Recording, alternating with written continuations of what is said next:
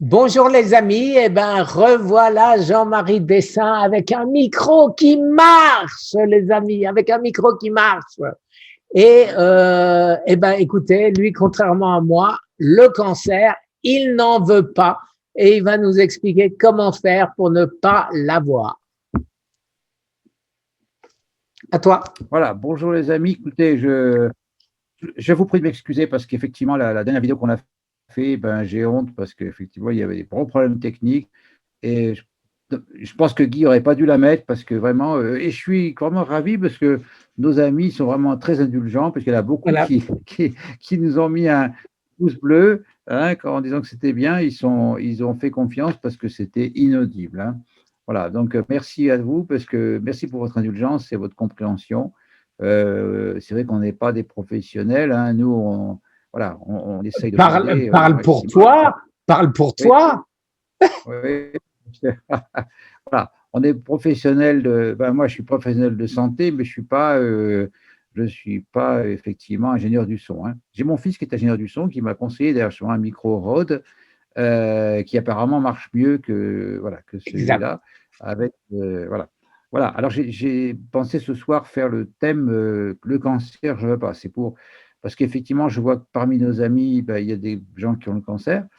Et puis, il y a des familles, des entourages, et cetera, qui regardent aussi les vidéos et même d'ailleurs, les conseils que je vais donner marchent aussi même si on a un cancer. Mais, évidemment, le mieux, bah, comme on dit, c'est de prévenir plutôt que guérir, hein. C'est un peu, c'est quand même plus facile effectivement d'empêcher, que le cancer d'arriver que de le traiter, hein. J'avais déjà raconté une anecdote, il y a une dizaine d'années, là, à Grenoble, on avait été, plus ou moins invité, si ce n'est convoqué par les 2 centres anticancéreux, celui du CHU et le centre anticancéreux privé, l'Institut Daniel Ollard et ils nous avaient fait tout un topo en disant: «Écoutez, nous, on est débordés, il y a trop de cancers et en plus, ça va être la cata. D'ici 10 ans, il y aura 50 des gens qui auront des cancers.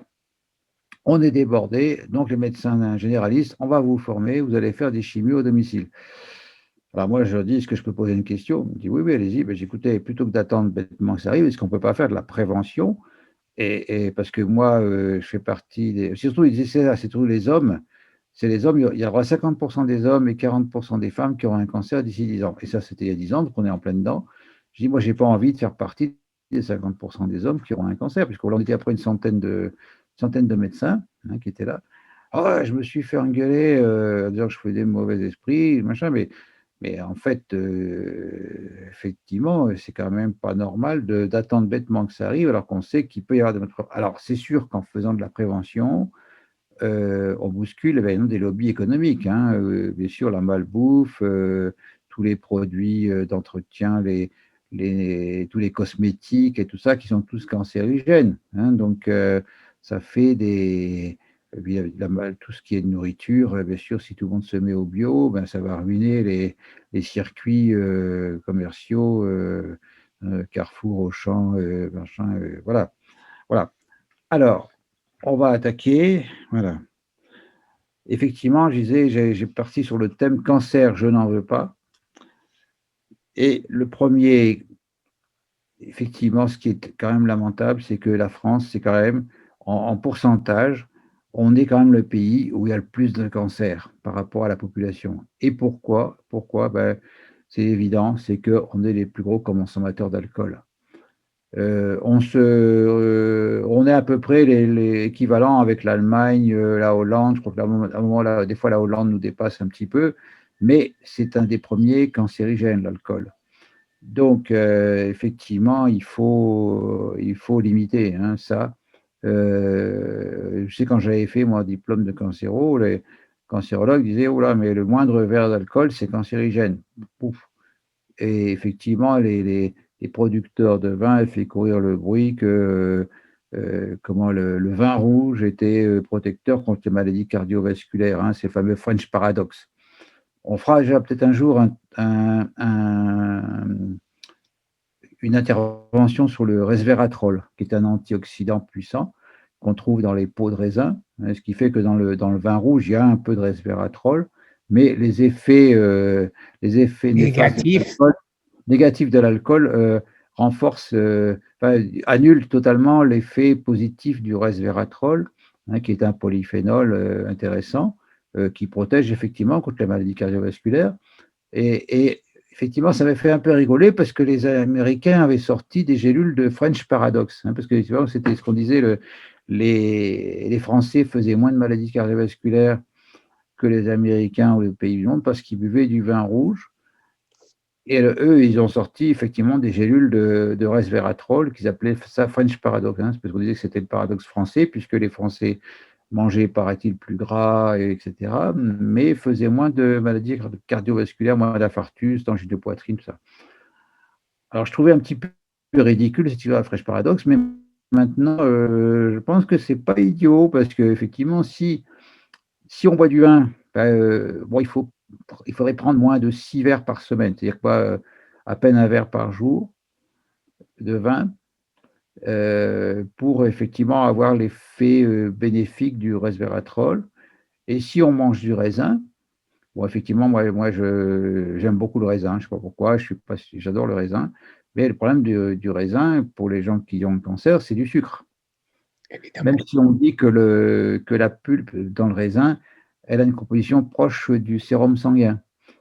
Alors, il y avait des personnes qui font, bien sûr, ceux qui n'ont pas de cancer, et moi je l'ai fait aussi plusieurs fois, plusieurs années de suite, au moment du raisin, au mois d'août, septembre, faire la cure du raisin.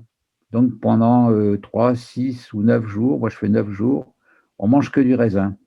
Alors, et il y a un bouquin, il y avait une infirmière sud-américaine, la Joanna Brandt, qui disait qu'elle avait guéri son cancer de l'estomac en faisant la cure des raisins.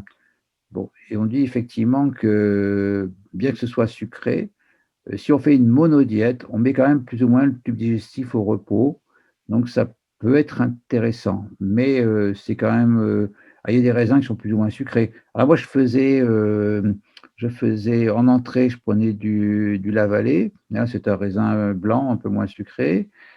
Après, je prenais, je ne sais plus, un autre raisin blanc en plat de résistance. Et en dessert, je prenais du muscat, hein, qui est très sucré. Voilà, c'était. Mais pour résumer, excuse-moi, je te coupe, Oui, il y a 50 méthodes adaptées de la cure brosse. Il y en oui, a c'est qui buvaient le jus de betterave, le jus de carotte, L'essentiel, c'est quand on fait 40 jours et qu'on met effectivement tout son système au repos, eh ben, on rentre dans une période d'autophagie. oui, tout à fait. Voilà, voilà.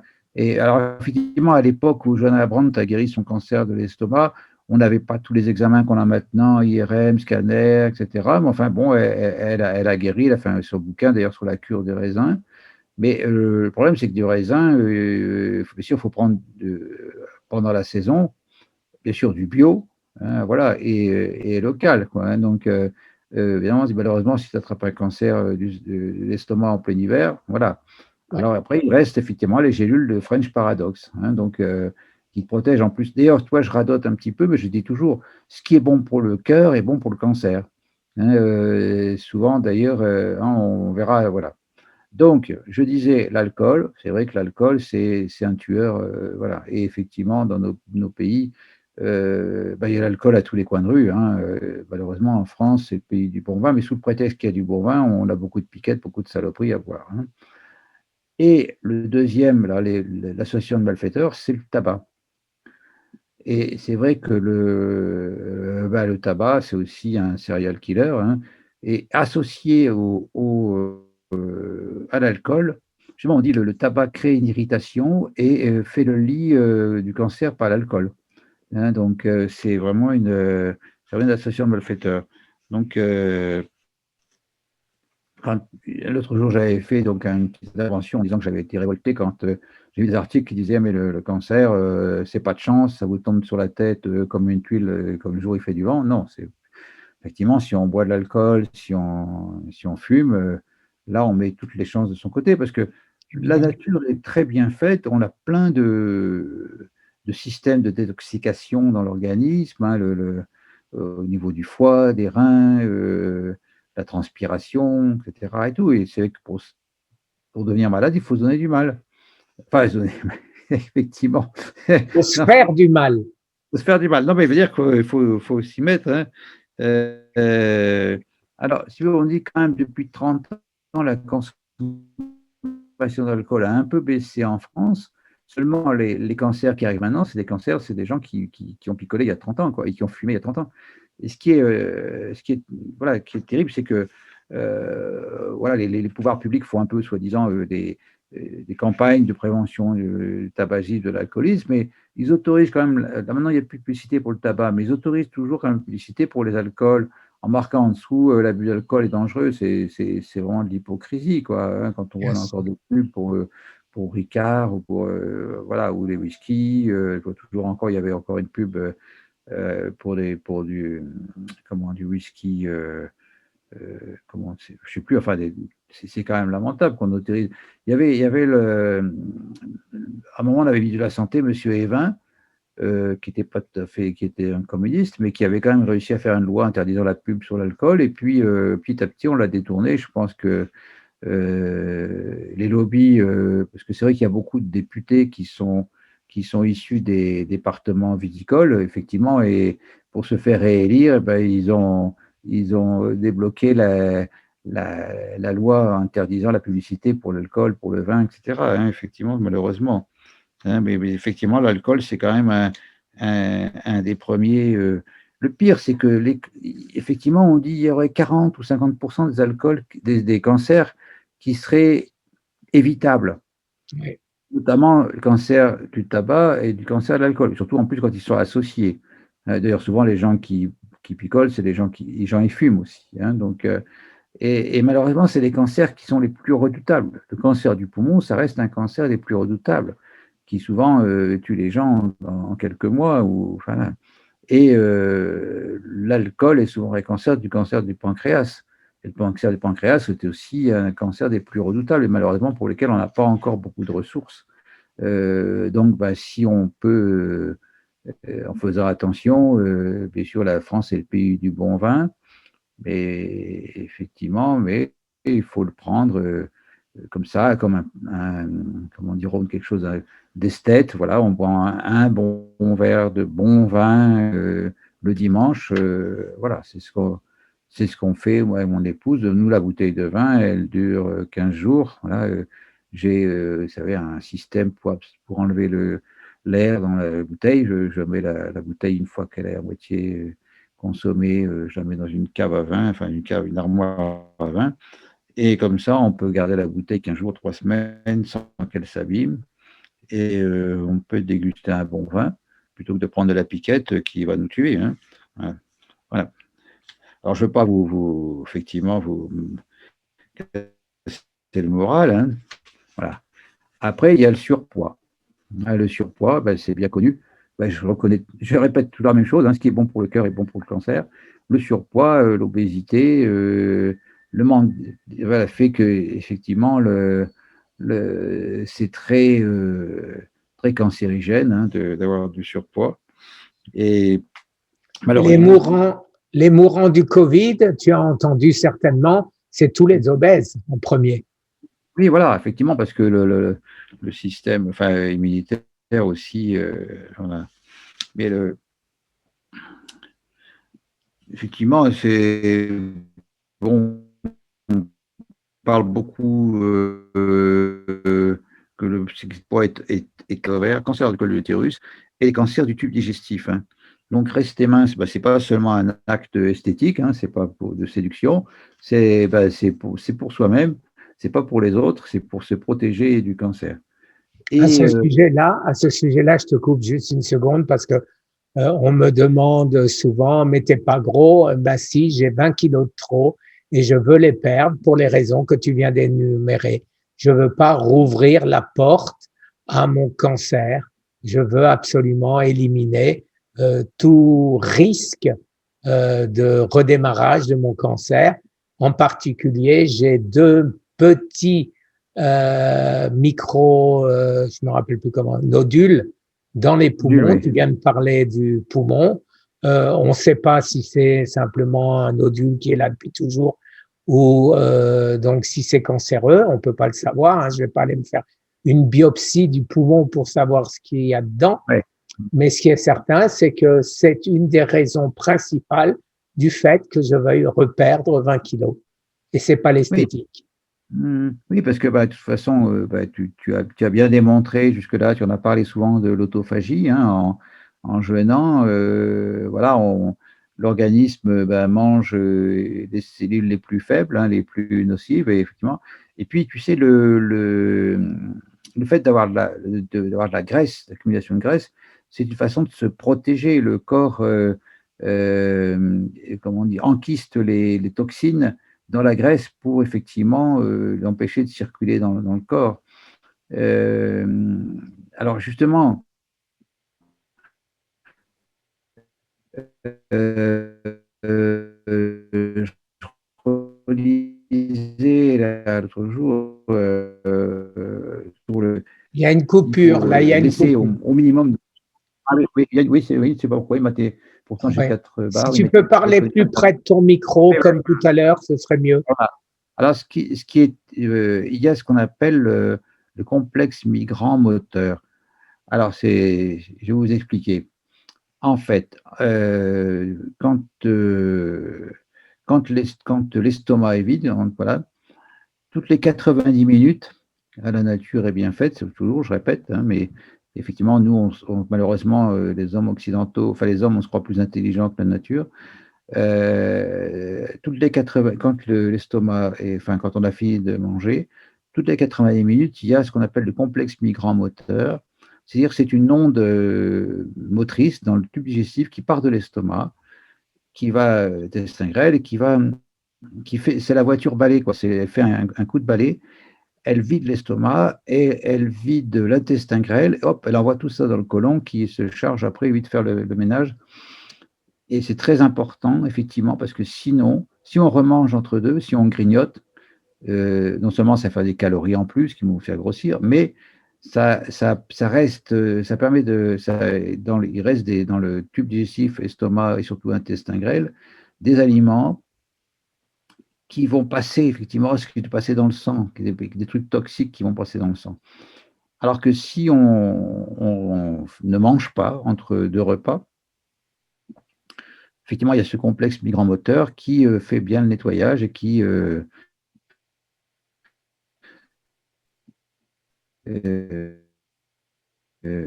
permet effectivement d'éliminer effectivement ces gros intestins, après qui se permet qui trie tout ça et qui bien sûr envoie les trucs toxiques dans les selles et tout ça. Donc surtout ne grignotez pas, hein, restez il faut savoir effectivement résister à la tentation, hein, parce qu'effectivement, dans notre société actuelle, la nourriture est partout. Un petit café, un petit biscuit, un petit croissant, voilà, et hop, on se laisse tenter, un bonbon. Non, non, ça c'est très mauvais, hein. Il faut laisser le temps. Je vois bien d'ailleurs même chez les bébés, hein, tu vois, un bébé qui pleure, les réflexes de la famille, c'est de dire, ah bah il a faim, on lui donne un biberon. Mais le pauvre, et plus on lui donne des biberons, plus il va pleurer, parce qu'effectivement, il n'aura pas. Il faut le laisser. S'il pleure, c'était qu'il a besoin d'un gros câlin, qu'il a une angoisse. Voilà, il ne faut pas lui filer pouf, le Bonjour. goinfrer. Ouais. Il faut pas lui filer de la nourriture, un biberon, hein, voilà. Alors, et pour revenir à ce que je disais, il y avait André Gernez, que j'ai connu un petit peu, parce qu'il était de Lille, hein. Il était radiothérapeute, lui, hein, et il avait mis au point, lui, un système de prévention du cancer. D'ailleurs, il avait été critiqué au nid, attaqué par le Conseil de l'Ordre, etc., alors qu'il avait parfaitement raison. Il disait que tous les jours, notre corps fabrique des cellules cancéreuses.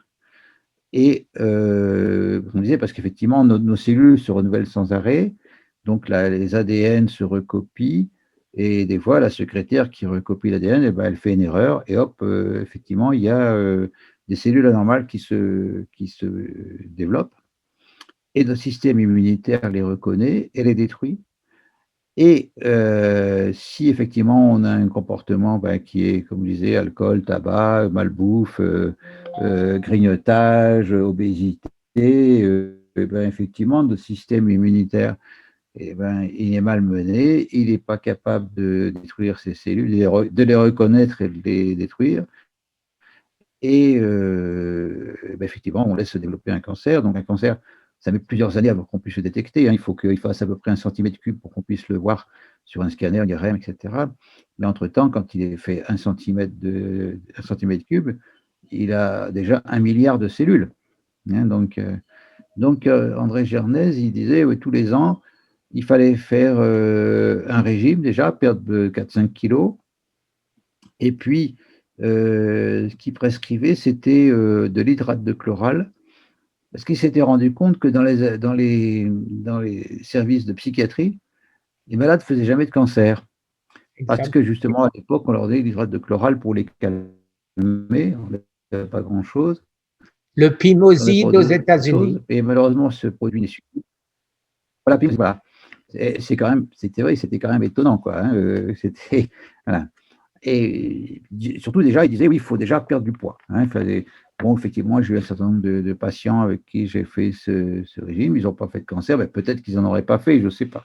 Mais ça me semblait effectivement logique, hein. De toute façon, on regarde dans toutes les religions, il y a un carême, il y a un Yom Kippour, il y a un Ramadan, il y a un carême chez les catholiques, etc., les protestants.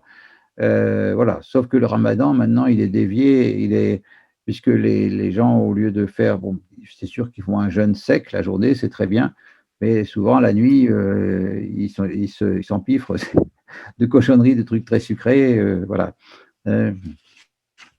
Mais effectivement, s'ils étaient raisonnables la nuit, le Ramadan, ça serait vraiment très bien, hein, voilà.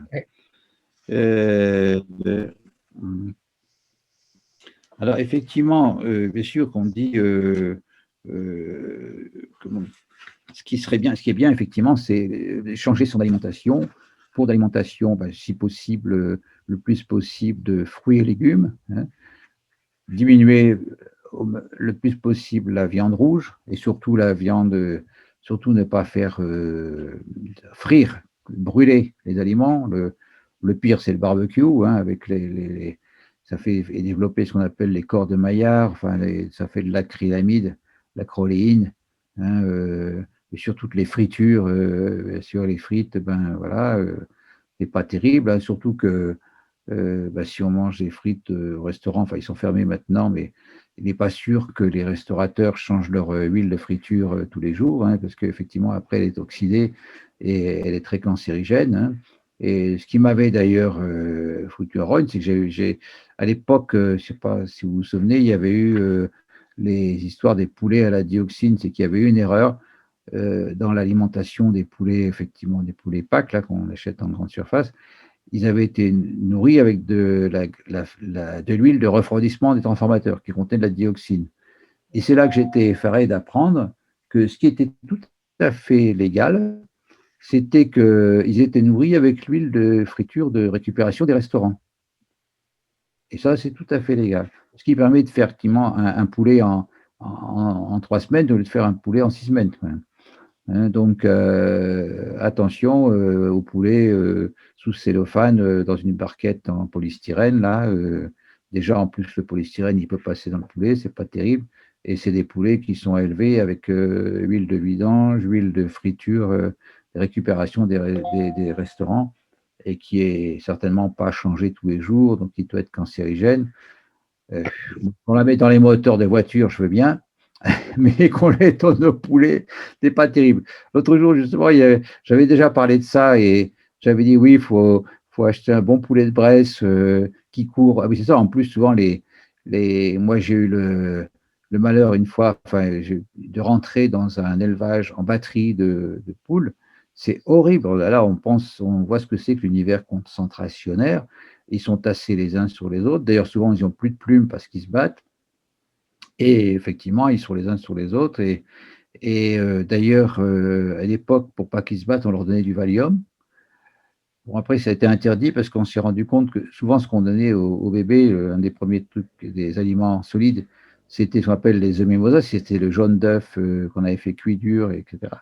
Et le Valium se concentrait dans le jaune d'œuf. Donc, c'était pas terrible pour donner ça à des nourrissons. Donc, maintenant, le Valium est interdit, et quand même des éleveurs, des vétérinaires ont eu l'idée de donner de l'homéopathie pour calmer les poulets. Et les gens qui critiquent l'homéopathie en disant que c'est du placebo, mais je ne pense pas que des poulets, on puisse leur dire vous allez prendre voilà, vous allez prendre l'homéopathie et vous allez moins vous battre. Parce que c'est vrai que comme ils étaient entassés les uns sur les autres, ils se battent, ils se déplument. Et si vous avez l'occasion une fois de voir ça, autant vous dire que ça vous fout en l'air, hein, quand vous voyez un élevage comme ça de poules en batterie, c'est horrible, quoi. Là, il faut manger des poulets qui courent dans la nature, là, qui mangent de l'herbe, des vers, des choses comme ça, et qui sont effectivement, qui sont pas nourris avec des cochonneries, et voilà. Ouais. Alors, donc, ben, après, je passe pour l'emmerdeur de service en disant qu'il faut pas boire, faut pas fumer, éviter de prendre du poids, faire de l'exercice physique. Enfin, voilà, voilà, jusqu'à le pied de service, quoi. Je veux dire, voilà. Et puis, ben, il faut effectivement, comme on disait, on l'a dit plusieurs fois, les aliments qu'on mange maintenant, une pomme qu'on mange maintenant, elle a 50 fois moins de vitamines, de minéraux que la pomme il y a 50 ans qu'on mangeait chez nos parents, hein, ou grands-parents. Moi, mon épouse et moi, on avait nos grands-parents qui étaient agriculteurs, nos parents qui avaient des jardins. Ben, on a mangé bio sans le savoir, comme M. Jourdain faisait de la prose sans le savoir. Mais effectivement, peut-être si on a comme ça en bonne santé jusqu'à plus de 70 ans, c'est que effectivement on a eu la chance. Et puis après, effectivement, c'est sûr que moi aussi je fais attention de manger le plus possible bio et beaucoup de végétaux hein, voilà.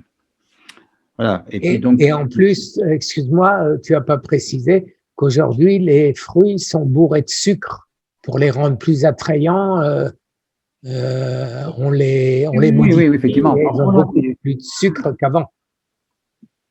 Oui, voilà, j'avais vu une fois un reportage, et on en trouve maintenant en France, où ils avaient, pendant je ne sais pas combien, ils ont mis 10 ou 15 ans pour créer une pomme qui s'appelle la Pink Lady. Alors, elle est très belle, elle est toute rose, etc. Mais c'est en plus, non, je pense pas que ce soit Monsanto qui ait créé ce truc-là. Enfin, je ne sais plus la femme qui a créé ça. C'est que si les paysans veulent en élever chez eux, ils doivent payer des royalties au chercheur qui a créé cette pomme. Hein. Alors, moi, je me souviens, mon grand-père avait des vergers de pommes, hein, donc, bon, des fois, elles étaient un peu moches et tout, les pommes, mais elles avaient un goût extraordinaire. Hein. D'ailleurs, une fois, il y avait une émission à la télé, et le journaliste avait voulu piéger José Bové.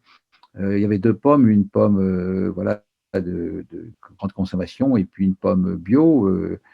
Bon, tout de suite, au goût, je sais mauvais. Non, non, il dit ça c'est du bio, je reconnais tout de suite, et l'autre, c'est rien du tout, quoi. C'est pas. Hein, non, parce qu'il y en a qui disent, oh non, c'est pareil. Alors, effectivement, au niveau des macronutriments, c'est-à-dire glucides, lipides, enfin, même glucides, comme tu dis, il y en a beaucoup plus dans les produits non bio, mais dans les produits bio, bien sûr, qui a beaucoup plus de minéraux, d'antioxydants, de vitamines, d'oligo-éléments, voilà, et effectivement, qui nous permettent de nous nourrir naturellement. Voilà. Alors, il y a eu une époque, je pense, souvenir, ce qu'on appelle l'étude Suvimax pendant un certain nombre d'années. Ils ont étudié effectivement l'alimentation, le taux de minéraux, d'oligo-éléments, d'antioxydants qu'il y avait donc chez certains nombre plusieurs milliers de personnes. Et après, ils en avaient déduit, tiens, on va donner des compléments alimentaires aux personnes, et notamment aux fumeurs, et parce qu'on va donner des antioxydants aux fumeurs. Et en donnant du bêta-carotène et la vitamine E, ils pensaient diminuer le risque de cancer chez les fumeurs. Et curieusement, ça avait été le contraire. Ils avaient été déçus par cette prévention, bêta-carotène, vitamine E, pourtant qui sont des antioxydants très intéressants. Mais chez le fumeur, ça avait plutôt augmenté le taux de cancer. Donc, ben, veut dire, la meilleure façon d'éviter le cancer, c'est de ne pas fumer. Hein, voilà, hein, pareil, quelqu'un qui fait une allergie à quelque chose, bien sûr, on peut lui bourrer de Euh, médicaments magique, mais le mieux, c'est de Je, retirer. je te Hein. laisse continuer sans moi, je dois aller répondre, c'est important. Oui, Mais oui, je t'en continue, prie. continue, j'écoute. D'accord, voilà. Eh oui, chacun a ses obligations. Voilà. Mon déambulateur. Ouais.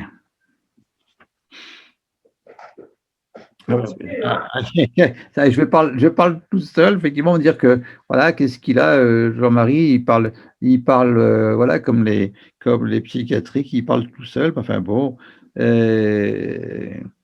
alors, donc je disais bien, une alimentation saine prévient les cancers. Hein, donc il faut manger le plus possible les végétaux, éviter d'excès de viande rouge, manger plutôt du poisson. Hein, les poissons est intéressant, et plutôt des petits poissons, hein, parce que effectivement, malheureusement, les gros poissons, vous savez, les petits poissons sont mangés par les moyens poissons, les moyens poissons par les plus gros, et les plus gros par les très gros poissons. Donc, jusqu'à la limite, vous pouvez manger sardines, maquereaux, anchois.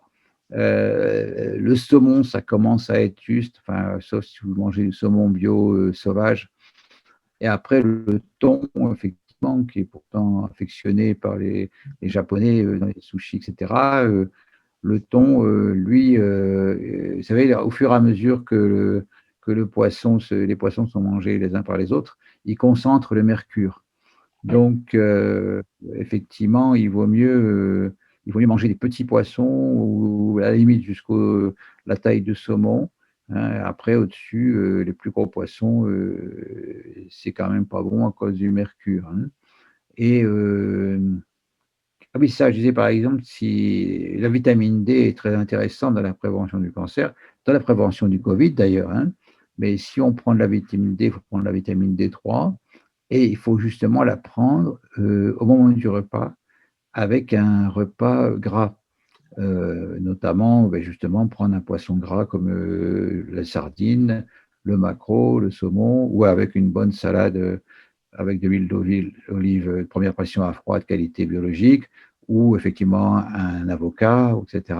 Hein, parce que la vitamine D étant liposoluble, c'est-à-dire soluble dans les graisses, elle est beaucoup mieux absorbée qu'avec si on mange au moment du repas, si on mange quelque chose de gras. Euh, et par contre, effectivement, l'huile de foie de morue, parce que on a adoré quand on était petit de prendre ça.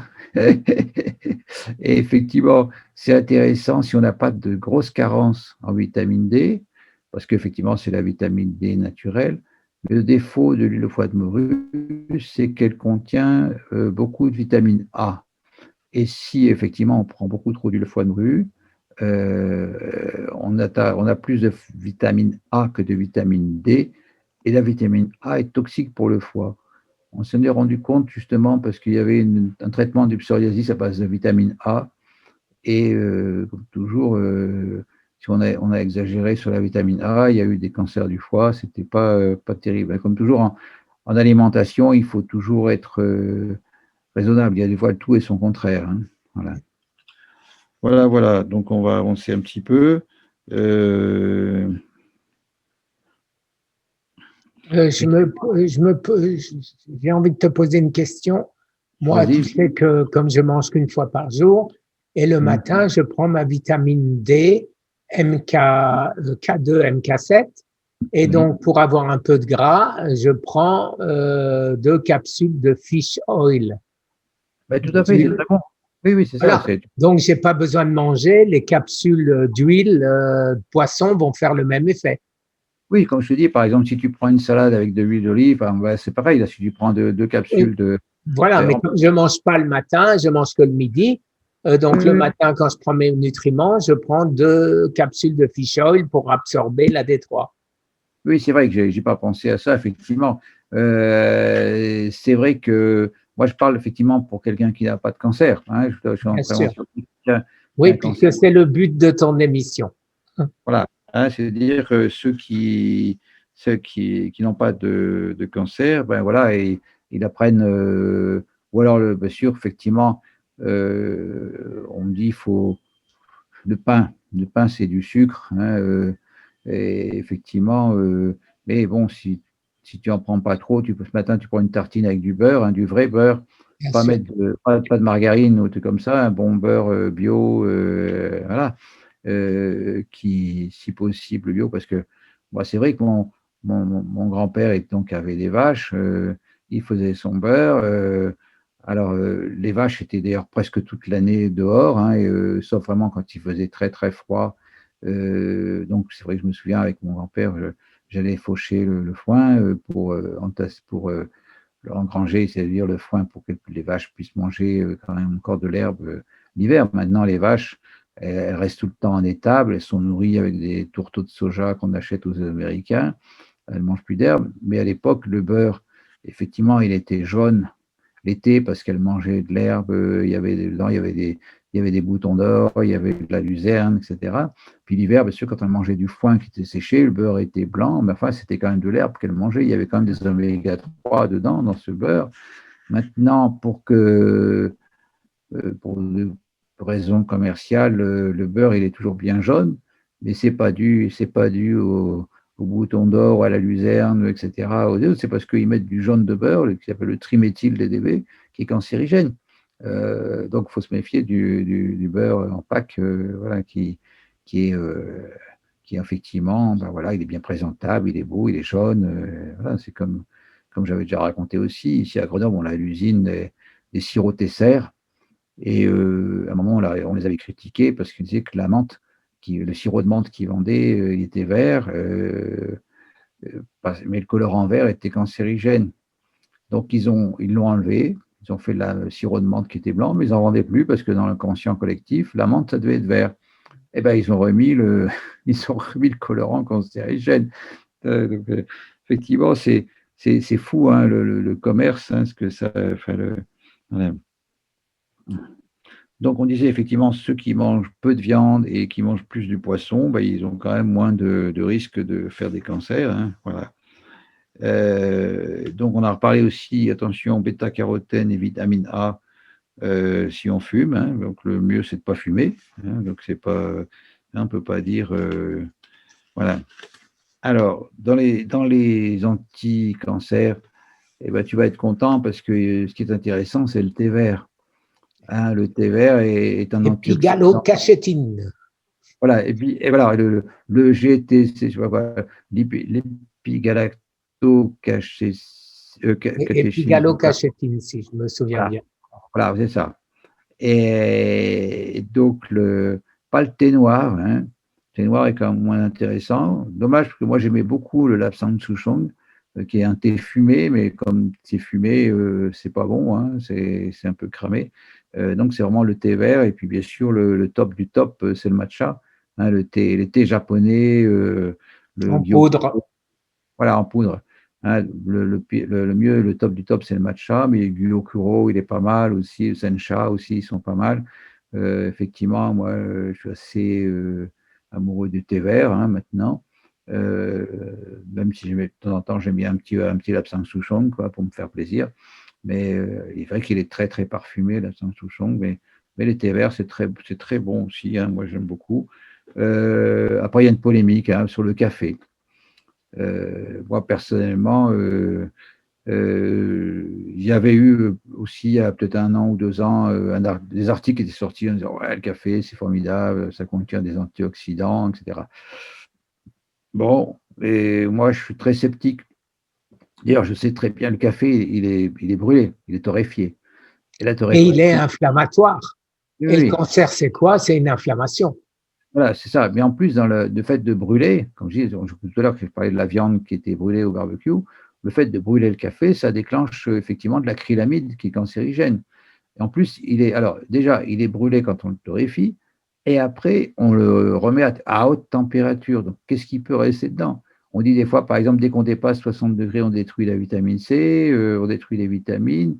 Donc, c'était Irène Grosjean qui m'avait fait bien rire une fois. Je sais pas quoi, elle allait à la banque et puis le banquier qui lui dit: Ah, Madame Grosjean, vous qui êtes dans l'alimentation, là, qu'est-ce que vous pensez du café? Et il dit: Ben, vous, monsieur le banquier, qu'est-ce que vous pensez des chèques sans provision? C'est une bonne réponse. Ah oui. Il dit: Ben, pourquoi? Ben, regardez, Le café, ben, effectivement, c'est un stimulant, mais ça vous apporte aucun élément nutritif. Et donc, bien sûr, un cheval, vous ne lui donnez pas à manger, vous allez le fouetter, il va avancer, mais jusqu'à ce qu'il meure de faim, quoi. C'est-à-dire que le café, ça fait une stimulation. Ben, j'avais un humoriste, je ne sais plus, qui disait, oui, le café, c'est ce qui fait dormir quand on n'en prend pas. mais, mais, mais effectivement, elle m'avait fait bien rire, Anne Grosjean. Alors, c'était passé aussi Thierry Casasnovas, pour ne pas le nommer, qui disait, lui, que le matin, il valait mieux prendre un jus de grenade. Ça avait l'effet stimulant équivalent à celui du café, en apportant en plus vitamines, antioxydants, minéraux, etc. Mais pour les gens qui n'ont pas de cancer. Bien Parce que, sûr. comme tu dis, les gens qui ont du cancer, ça amène trop de sucre, hein, le jus de grenade. Mais c'est vrai que c'est délicieux. Moi, de temps en temps, je me fais un plaisir. Je prends 2 grenades. Soit je les mets dans les jus avec l'extracteur, soit je presse. J'ai une presse pour presse agrumes. Et c'est vrai que c'est un régal. Et effectivement, ça donne du tonus et ça apporte des vitamines, des minéraux, des antioxydants. Et ça a un effet aussi, effectivement, stimulant, effectivement, un peu comme le café, sans avoir l'effet excitant, bien sûr, au niveau cardiovasculaire, parce qu'il y a des gens qui carburent toute la journée au café. Hein, donc, je radote, hein, mais ce qui est bon pour le cœur Non, est bon pour le tu café. radotes pas du tout. Non, mais effectivement, Oui, je on sais ce que tu veux dire, mais tu peux le répéter parce que c'est non, mais l'entière vérité, hein.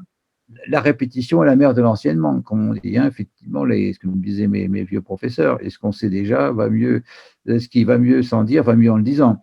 Hein, que, effectivement, les gens savent bien que s'ils prennent trop de café, après ils ont des palpitations, ils ne sont pas bien.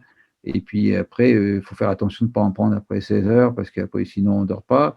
Et on sait que le sommeil, c'est aussi un bon anticancéreux. Hein, la nuit, quand on dort, si on dort bien, on répare toutes les micro-lésions qu'on se fait dans la journée et aussi, on nettoie un peu tout ce qui peut être cancérigène. Hein. Le sommeil, c'est quand même aussi un bon cancérigène.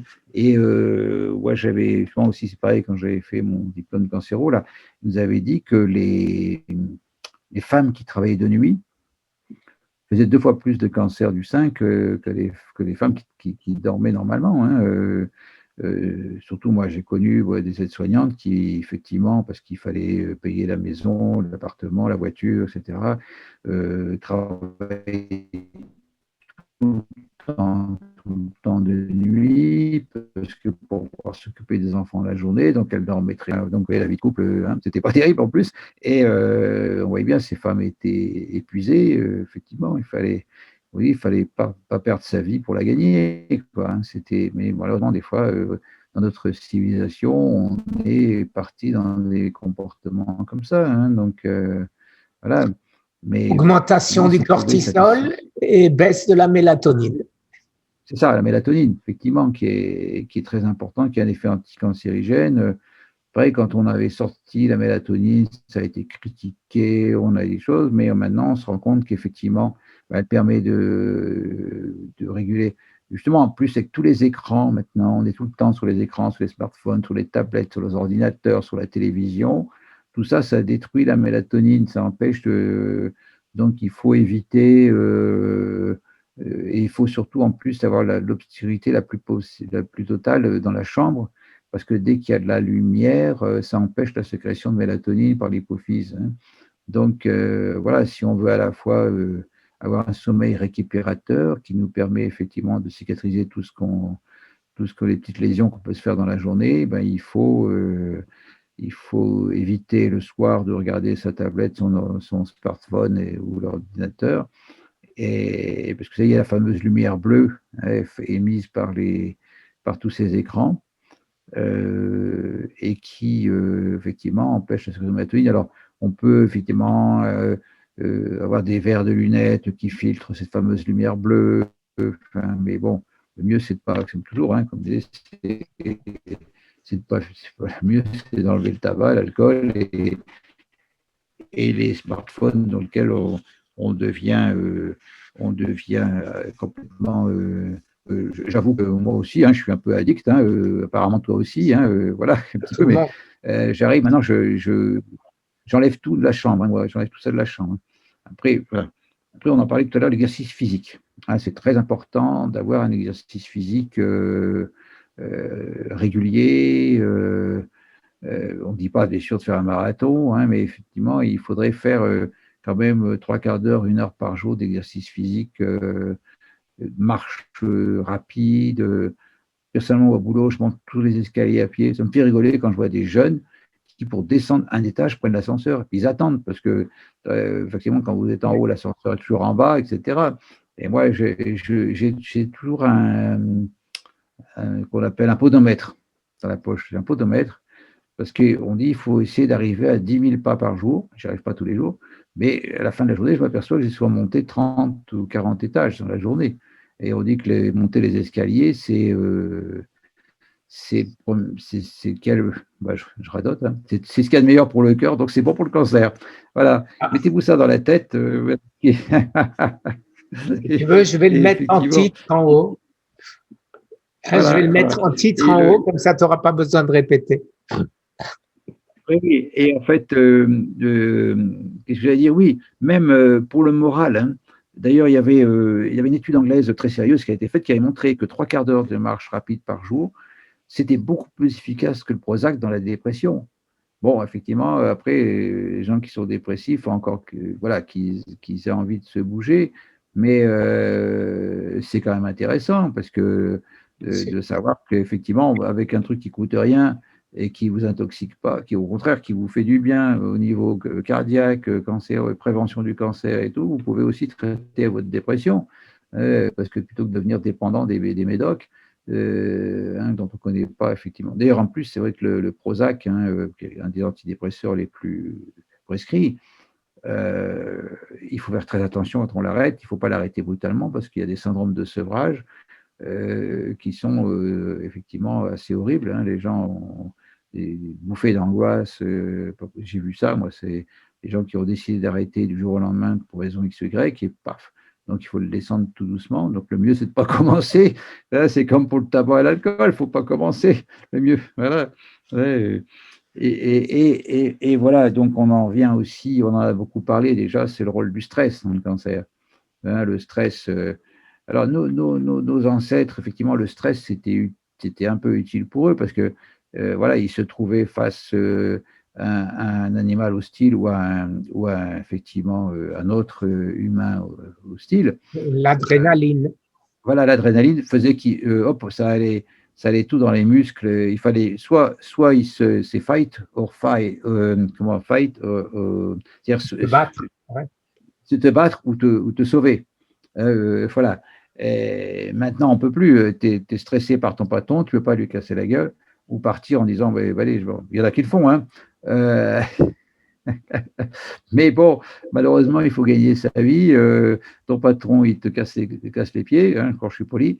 Tu ne peux pas lui taper dessus ou partir en disant non, allez, je me casse parce que voilà, ça me stresse. Et donc, on garde ce stress en nous, sécrétion d'adrénaline. Ah ben, il y avait une fois un truc humoristique qui disait si une femme veut se débarrasser de son mari, elle lui fait un super repas, même bio, machin, le truc qu'il préfère et tout. Voilà, il va se lécher les babines, tout est content. Et à ce moment-là, elle met sur le tapis un sujet de discussion vraiment le plus conflictuel et tout se transforme en adrénaline. Et le type, bien sûr, ça met quelques temps à arriver, il va mourir et il n'y a pas de trace à l'autopsie. Hein, donc, mais en plus, c'est vrai que j'ai connu ça. Il y a des personnes qui mangent en regardant le journal télévisé. Et qu'est-ce que vous voyez, le journal télévisé? C'est des guerres, des catastrophes, du Covid. En ce moment, moi, à la maison de retraite, j'ai des, des résidents qui regardent BFM TV toute la journée. Et qu'est-ce qu'ils voient? Covid, Covid, Covid. Il y a, voilà, aujourd'hui, il y a eu autant de morts, il y a eu autant d'hospitalisations, il y a eu autant de. Et ils sont complètement stressés. Je dis, mais j'ai changé de chaîne. mettez-vous les feux de l'amour, je sais pas quoi, mais pas, regardez pas BFM TV. Oh, Mais c'est pas beaucoup moins stressant, hein, les feux de l'amour. Ah, je sais pas, hein, mais je veux dire que là, les gens qui regardent la télé en mangeant, mais c'est une horreur parce que qu'est-ce qu'on voit? C'est ça, c'est des guerres, c'est des catastrophes. En ce moment, c'est le Covid, ça stresse les gens et tout ce qu'ils mangent, ça se transforme en poison. Hein, donc, il faut essayer de manger dans une ambiance calme, détendue, prendre bien le temps. Alors, c'est ça, il faut bien prendre le temps de mâcher. Hein, parce que quand on mâche, les aliments sont déjà insalivés, donc ils sont déjà un peu, la digestion est déjà préparée, prédigéré. si prédigérée, quand elle arrive dans l'estomac. Sinon, si on avale, si on engloutit à toute vitesse, l'estomac, il a 2 fois plus de travail, et après, effectivement, les aliments arrivent mal préparés dans l'intestin grêle. Hein, mais effectivement, donc effectivement, il faudrait manger dans des ambiances calmes, sans télé, voilà, détendu, avec des voilà. Hein, mais tout ça, effectivement, c'est un peu compliqué à notre époque, mais c'est sûr, éviter de regarder la télé hein, pendant qu'on mange, ça c'est une catastrophe. Hein. Oui, on a beaucoup parlé de le rôle de l'inflammation. Hein, c'est sûr que tout ce qu'on prend, qui est effectivement tous les aliments, là, toute la malbouffe et tout ça, c'est tout inflammatoire. Hein. Et le cancer, on sait bien que c'est de l'inflammation. Hein. Donc c'est très mauvais. Voilà. Hein, j'en parlais tout à l'heure, hein, effectivement, dans la prévention du cancer, mais aussi dans la prévention du Covid. Hein.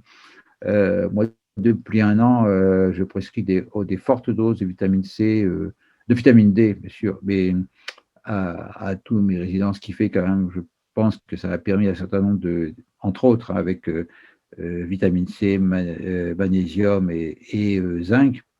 Hein. Cette fois-ci, je ne vais pas dire ce qui est bon pour le cœur est bon pour le cancer, mais ce qui est bon pour la prévention du Covid, c'est bon pour la prévention du cancer. Voilà. Et Tu veux que je le dise moi? Effectivement. Mais donc,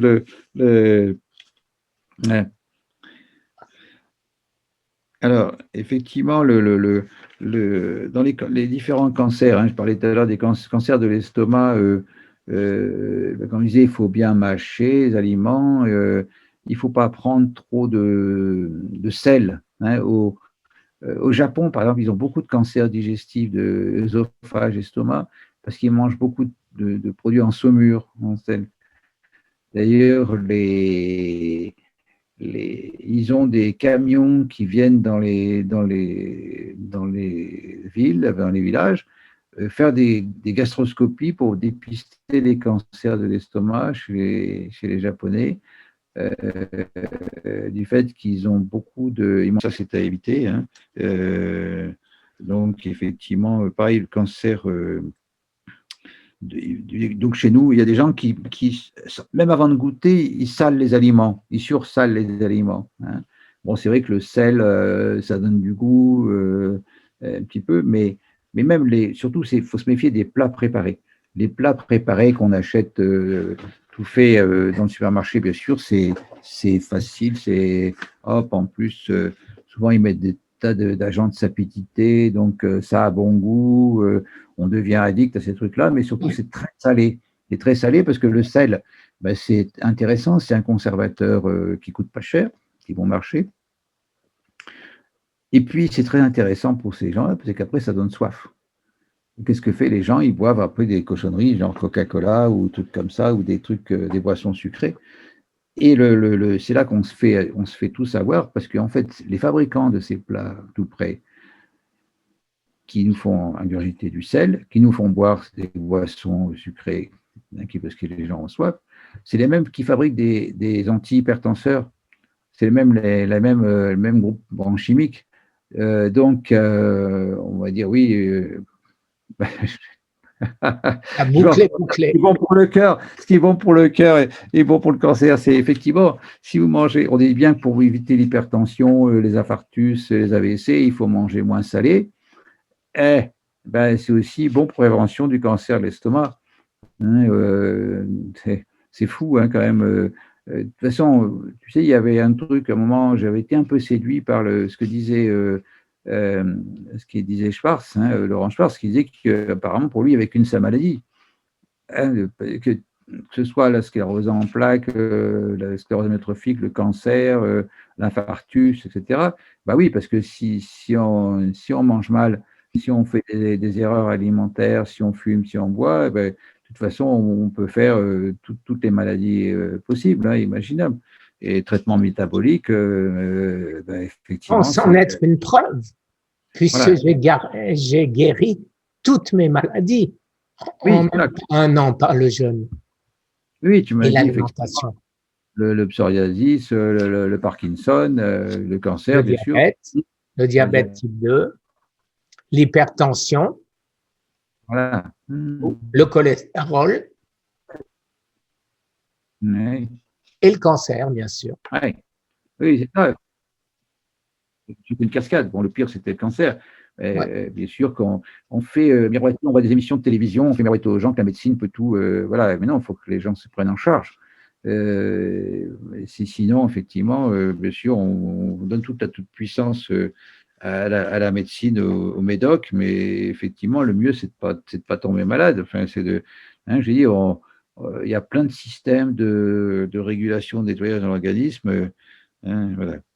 Alors, effectivement, on parle maintenant de cancer du côlon. Ben, on a beaucoup parlé, effectivement, de la viande rouge hein, et du pain. Les Américains mangent beaucoup de pain de mie. Hein, il n'y a pas de fibres dedans. Ce pain de mie, ben, effectivement, c'est aussi une des causes du cancer du côlon. Il n'y a pas de ça donne de la constipation, du ballonnement, et c'est du sucre. Hein, et là, c'est pur sucre, hein, le pain de mie. Encore, mais même notre baguette, là, avec sa croûte. La croûte, c'est brûlé, c'est des corps de Maillard aussi, hein, c'est cancérigène. Hein, et le pire maintenant, c'est que le gluten, enfin bon, alors mais non, si tu n'as pas d'intolérance, c'est pas la peine de faire.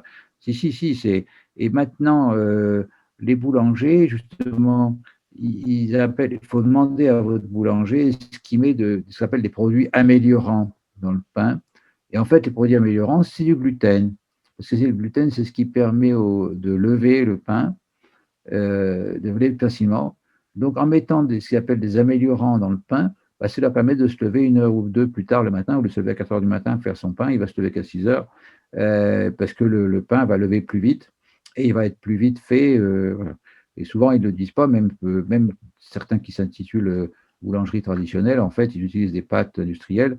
Il y a des camions qui viennent tôt le matin, il n'y a rien de marqué dessus, justement, ils sont anonymes pour que les gens du coin ne sachent pas que le boulanger, il achète de la pâte industrielle et que, pof, il met ça dans son four et hop, c'est vite fait. Voilà. Après, faut demander. Bon, le mieux, de toute façon, c'est de ne pas manger de pain. Nous, ça fait plusieurs années et puis on s'en passe très bien. Pour revenir à Irène Grosjean, comme je dis, dans le pain, le gluten, il y a la glu, ça s'appelle la glu. La glu, c'est quoi? C'est de la colle. Ça te colle les neurones. Ça a un effet endorphinique. Ça te donne une dépendance. Il y a des gens qui sont vraiment dépendants au pain, au gluten. Comme elle dit, par exemple, les Italiens qui sont avec leur. Parce que le gluten, il y a aussi dans les pâtes, hein, etc., qui sont effectivement. Un Italien, tu supprimes ses pâtes, il est fou, hein, comme un gars du Nord ou un Belge, tu enlèves ses frites.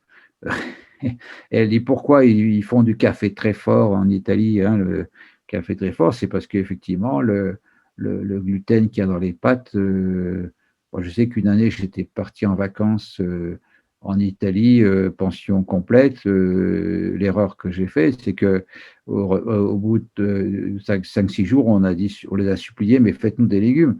Parce qu'en entrée, c'était une soupe de pâtes. Après, le repas principal, c'était des pâtes. Et le dessert, c'était du gâteau de Une semoule. pizza, une pizza, non? Alors là on n'en pouvait plus. On a dit, mais faites-nous des légumes, s'il vous plaît. On s'est à genoux, on les a suppliés à genoux, faites-nous des légumes, parce que effectivement, c'était bon, hein, C'est sûr que les pâtes, les sauces qui savent faire ça, ça a bon goût, mais au bout d'un certain temps, t'en peux plus quand t'es pas né dedans, Moi, que t'es pas. depuis 2 ans, ce qui me manque le plus, c'est les pâtes et les pizzas. Ouais. Ouais, pizza, bien sûr, à part que la tomate qui est chauffée, qui contient du lycopène, après, la pâte, c'est du sucre. Alors, moi, j'ai des recettes de pizza cétogène. Tu fais la pâte avec du chou-fleur. Avec du chou-fleur, oui. Ils les vendent d'ailleurs ici, Oui, des, des fonds de tarte en chou-fleur. en chou-fleur, oui. Oui, c'est pas mal, hein, effectivement. Bon, mais il faut un de ces jours, tiens, on se fera une petite vidéo sur cuisine. Moi, personnellement, je fais des cookies cétogènes avec farine de coco, euh, amandes, enfin, poudre d'amande, huile de coco, lait de coco, etc. Ah bah, tu On met pas. t'entendras bien avec Nat Océane, qui m'a filé déjà des quantités de recettes intéressantes et on pourra la faire Oui. participer si elle en a envie. Et oui. Alors, on va parler du cancer du pancréas. Vous disiez tout à l'heure, les cancers les plus redoutables, ils seraient normalement évitables. Cancer du poumon avec le tabac, cancer du foie avec l'alcool. En plus, c'est des cancers pour lesquels la médecine traditionnelle n'a pas vraiment de recette, de succès, hein. Et cancer du pancréas aussi, c'est souvent lié à l'alcool aussi, pas seulement, mais effectivement, en plus, ça, c'est un des cancers les plus redoutables, hein. Personnellement, souvent les gens qui ont ça, ils vivent que quelques mois et en plus souvent d'atroces souffrances. Donc, pareil, cancer du foie, ben, c'est un des plus fréquents en France parce qu'effectivement, on a la bibine, hein, l'alcool. Voilà. Et la prévention, bah, je vous dis, c'est malheureusement, c'est un cancer, des fois, on peut faire des greffes de foie, etc. Mais c'est vraiment acrobatique, hein. Bon, après, effectivement, il y a l'hépatite B, l'hépatite C qui peuvent à la longue donner aussi des cirrhoses et des cancers du foie.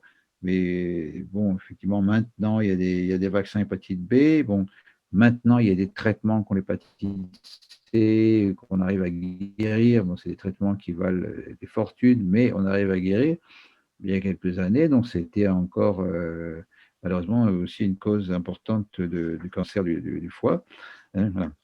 Bon, il y a les cancers gynécologiques chez la femme, les cancers hormonaux chez les femmes. On dit hormonaux, mais bon, je suis toujours un peu sceptique, hein, parce qu'on a dit, on se rend compte que c'est un peu comme le cancer de la prostate chez l'homme. Ça se produit à l'époque, à une partie de la vie, on sécrète le moins d'hormones, hein, Exactement. chez la femme après la ménopause et chez l'homme aussi, quand on a moins de testostérone, c'est toujours souvent dans les, hein, après 65 ans, 70 ans, quoi, là, on a les cancers dits hormonaux. Donc, c'était, je crois que c'est dans les années 40, c'était Oui, deux un chiffres. prix Nobel, mais qui est aujourd'hui très Ouais. contesté. Oui, oui. Et moi, je me souviens quand j'étais étudiant, bon, on n'avait pas les produits qu'on a maintenant, comme le Zytiga, etc., les Nantone et tout ça. On leur filait carrément du Distilbène, tu vois. Donc, et c'était des hormones sexuelles féminines, hein, enfin, qu'on utilisait d'ailleurs dans les menaces d'avortement chez les femmes. Ce Distilbène, d'ailleurs, chez les filles qui étaient nées grâce au Distilbène, on avait maintenu des grossesses difficiles. Elles ont après fait des cancers de l'utérus. Tu vois, et chez les hommes à qui on donnait ça quand ils avaient cancer de la prostate, bah, ils étaient complètement, ils avaient des Féminisé. féminisés, il y avait les seins qui poussaient, ils perdaient leur poils, etc. Et puis bon, de toute façon, ça ne marchait pas si bien que ça, hein, voilà, donc il y a un truc qui est étonnant, effectivement, c'est du cancer du corps de l'utérus. C'est que et j'avais été étonné d'ailleurs quand j'avais fait mon diplôme de cancéro, c'est que en fait chaque mois quand il y a effectivement les menstruations, l'utérus et les ovaires, pour eux, c'est un traumatisme. Et effectivement, bah, d'avoir des grossesses et ou de prendre la contraception orale, mais à faible dose, ça protège effectivement contre le cancer de l'ovaire et de l'utérus, parce qu'effectivement, ça bloque effectivement les règles et ça évite effectivement d'avoir ces traumatismes tous les mois. Bon, par contre, ce qu'on a dit, c'est le traitement de la ménopause avec des fortes doses d'œstrogène. Ça, effectivement, favorise les cancers du sein. Hein, donc, c'est vrai que les œstrogènes, c'est un peu comme Ésope disait, c'est la meilleure et la pire des choses. Hein, voilà. Donc, mais effectivement, par contre, c'est ça. Le cancer de l'ovaire, il est comment dire, empêché par le traitement par la pilule, par la contraceptive. Par contre, le traitement de la ménopause avec des fortes doses d'œstrogène favorise cancer du sein et cancer de l'ovaire. Hein. Donc, c'est vrai que c'est à double tranchant, ces hormones. Voilà. Donc, alors on sait que l'allaitement, enfin d'avoir des enfants, comme dit d'ailleurs la grossesse, hein, voilà. Pendant ce temps-là, ça bloque les règles, hein, forcément, quand on est enceinte, même après, et l'allaitement. L'allaitement aussi empêche la réparation des règles. L'allaitement protège effectivement, comme quoi la nature est bien faite, hein, ça protège contre les cancers du sein, contre les cancers de l'ovaire. Voilà. Bon, ça marche pas tout, hein, parce qu'effectivement, si à côté la femme n'a pas une bonne hygiène de vie, qu'elle fume, qu'elle boit, qu'elle ne mange pas bien, etc. Mais si elle a une hygiène de vie correcte et qu'elle a des enfants et qu'elle les allaite assez longtemps, ça va la protéger effectivement contre les cancers du sein, contre les cancers gynécologiques, ovaires, utérus, etc. Donc, ben voilà, s'il faut respecter la nature, hein, faut respecter, on, on en revient toujours au même. Ah, il y avait eu tiens, on parle, j'y repense à ça, il y avait eu une époque, on avait parlé des déodorants pendant le cancer du sein. Les déodorants, notamment surtout les antitranspirants, qui contiennent de l'aluminium et qui, en fait, qui bouchent les pores de la peau. Ça empêche effectivement l'élimination de la sueur. Et puis surtout, en plus, on dit ce qui fait que la sueur sent mauvais, c'est les bactéries qui se développent au niveau du creux axillaire. Donc, dans les déodorants, il y a aussi des antiseptiques, mais qui sont aussi cancérigènes.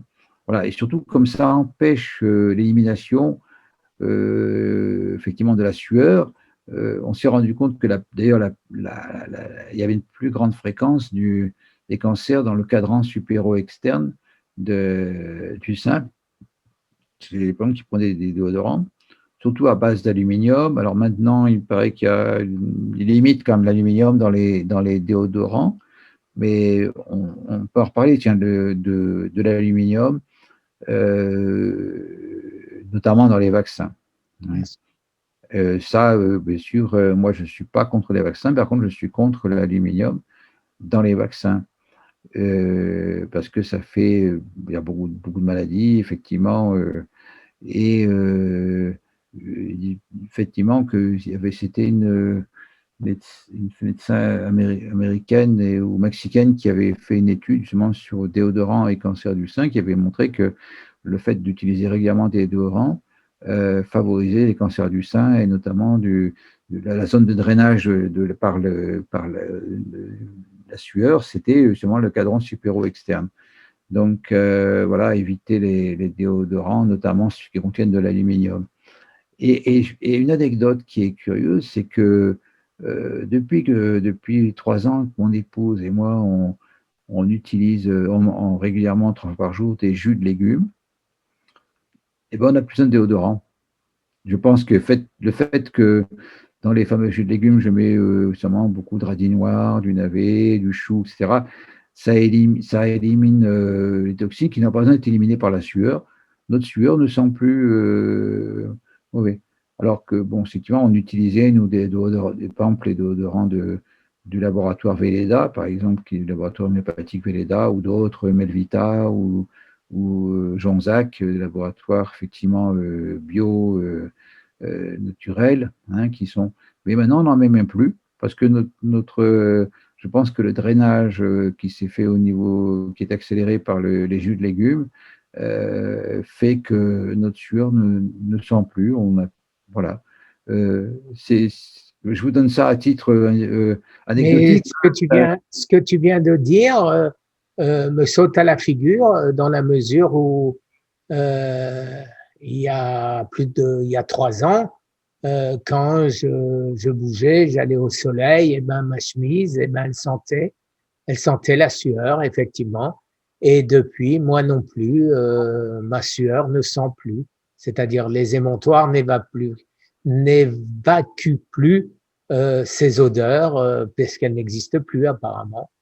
Oui, c'est ça, elles sont évacuées par le rein, le foie, les intestins, les urines, voilà, peut-être, je dis le radis noir, par exemple, et on dit que c'est un très bon détoxicant du foie et tout ça, donc, de toute façon, le chou, de toute façon, moi, je fais beaucoup de choux, un chou rouge, Moi aussi. chou kale ou chou chinois dans les jus, bien sûr, pas de betterave rouge, pas de carottes, etc., qui sont sucrées, hein, si on n'est pas malade, qu'on n'a pas de cancer, bien sûr qu'on peut prendre. Bon, Thierry Casansovas, il dit effectivement, par exemple, si on est un peu anémié, jus de carotte et betterave, ça vaut une transfusion. Enfin bon, il est toujours un petit peu, exagère un petit peu. Excessif, quoi. Voilà. Mais bon, pareil, il dit ouais, sous un cancer, il ne faut surtout pas faire de chimiothérapie. Bon, ben, enfin, bon. Faut voir un petit peu, hein. Oui, pour revenir à l'aluminium, justement dans les vaccins. Alors moi j'ai un chat, hein, j'ai une minette, voilà voilà.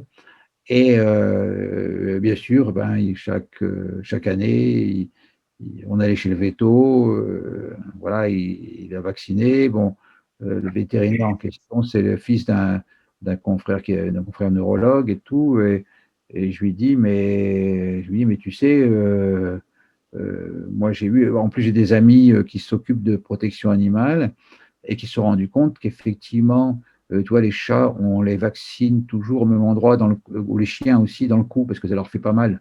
Tu vois, on prend la peau du cou, là, à cet endroit-là, on fait le vaccin.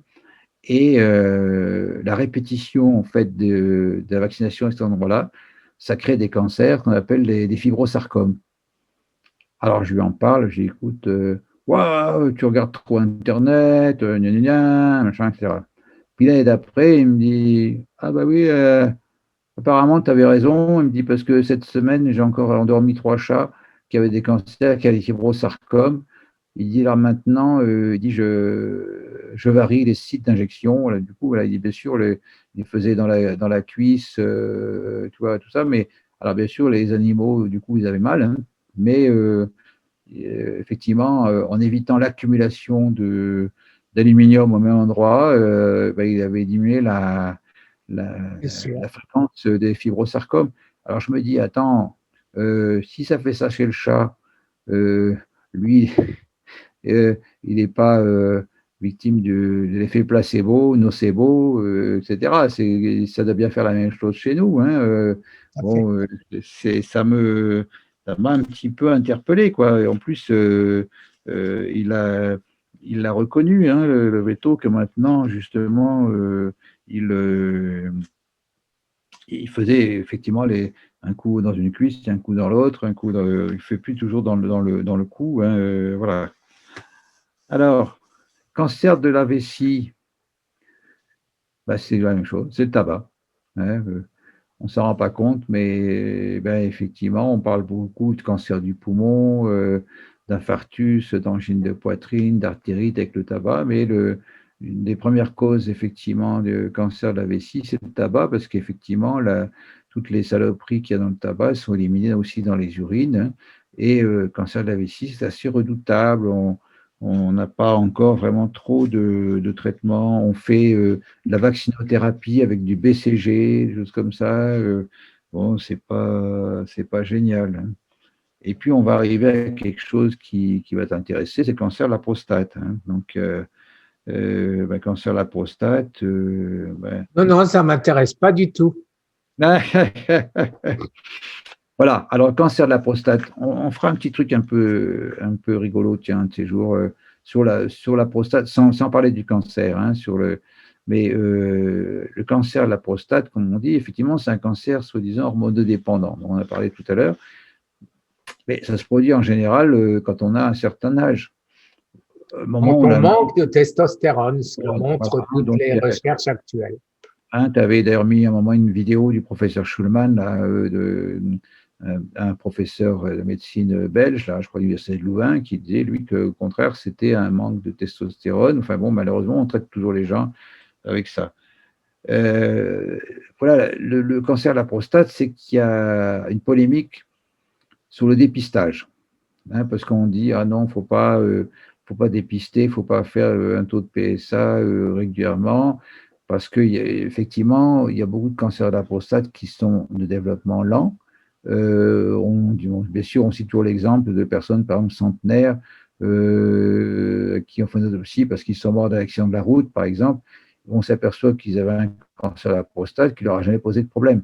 Donc, ils ne sont pas morts du cancer de la prostate, ils sont morts ou d'un infarctus ou d'un accident de la route ou tu vois, un truc comme ça. Donc, oui, mais bon, il y a quand même des statistiques qui ont montré que après 50 ans, de faire quand même un taux de PSA une fois par an, un PSA, c'est prostatique spécifique antibody, hein, c'est-à-dire c'est l'antigène spécifique de la prostate, que on peut effectivement, donc il ne faut pas dépasser 4 nanomoles, mais effectivement, si on a un taux un petit peu élevé, on peut se contenter de ce qu'on appelle de faire une surveillance armée, c'est-à-dire de faire par exemple un PSA tous les 6 mois, avec aussi un toucher rectal. Bon, je sais que ce n'est pas très agréable, de mettre un doigt dans le derrière, mais voilà, ça peut être effectivement, ça peut éviter, parce que bien sûr l'opération, ça a beaucoup d'effets secondaires, hein, notamment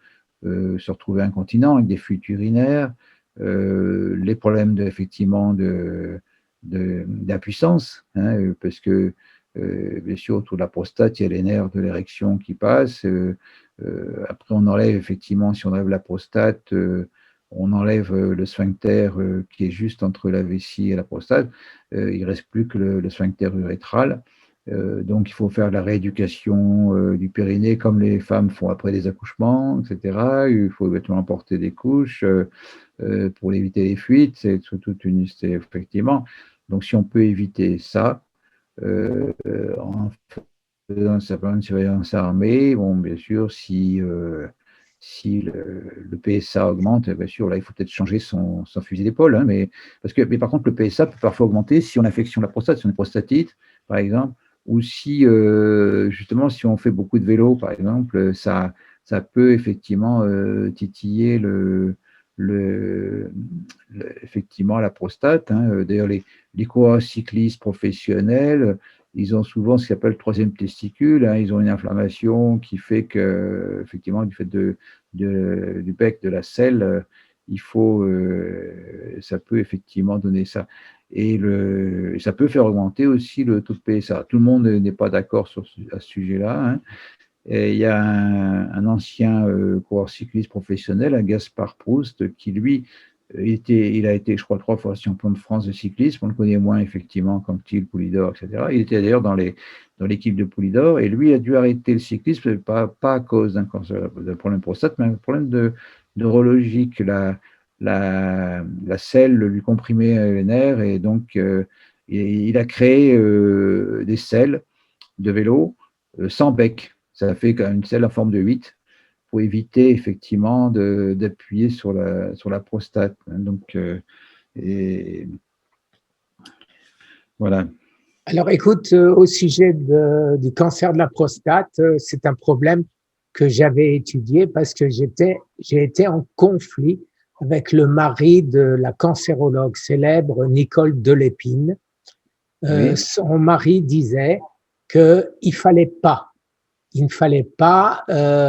rechercher Le dépistage, oui. le dépistage. Et j'ai trouvé ça, excuse-moi l'expression, mais d'une connerie grave.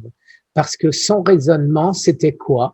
C'était de dire que comme quand on dépiste et qu'on voit que les gens ont un cancer, même très, très bénins hein, qui commencent, eh ben, qu'est-ce qu'on fait?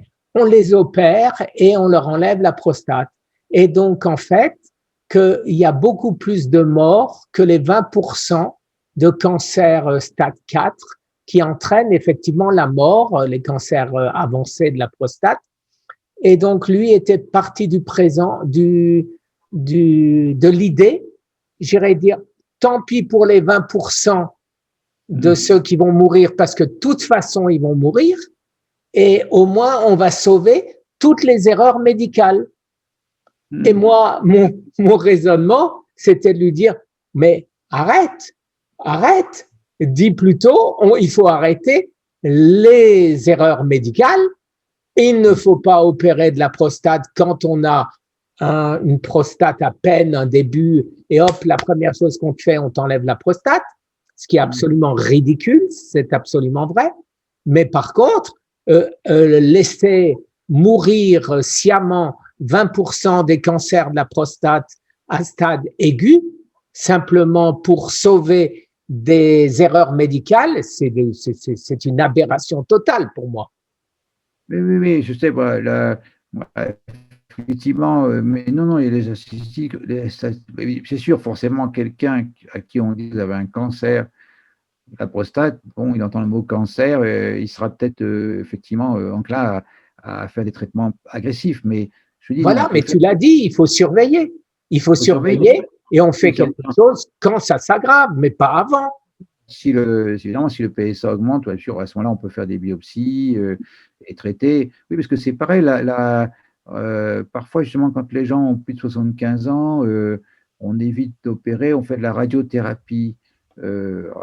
Radiothérapie, ben, effectivement, ça peut guérir le cancer de la prostate, mais après, il y a aussi d'autres effets secondaires. Hein. Il y a ce qu'on appelle des rectites radiothérapie, c'est au niveau de la radiothérapie. Bon, maintenant, ils arrivent de mieux en mieux à cibler uniquement la prostate, mais c'est compliqué parce que pendant non, mais excuse-moi, je te coupe. On sait bien qu'un cancer traité allopathiquement, c'est des problèmes. On le sait, quelle que soit la méthode utilisée. Mais par contre, en fonction de ça, dire que 20% des gens, on les laisse mourir parce qu'on sait d'avance qu'un cancer phase 4 de la prostate avec un glisone 8 et plus, c'est incurable, j'en suis un et je suis là. Alors, pourquoi est-ce qu'on devrait laisser mourir ces 20%? Oui, non, mais effectivement, je sais, il y a plusieurs, j'ai vu des fois, il y a des médecins qui disent non, surtout pas dépister, etc. Non, moi je suis pour, je dis à partir de 50 ans, une fois par an, il faut aller voir son médecin, faire un toucher rectal, et faire un taux de PSA, voilà. Et puis surtout, ce qu'il faut, c'est avoir une bonne, c'est mieux, c'est de l'éviter, le cancer de la prostate. Et on revient aux mêmes choses, hein, c'est avoir une bonne hygiène de vie, ne pas fumer, pas picoler, faire de l'exercice physique, surveiller son poids.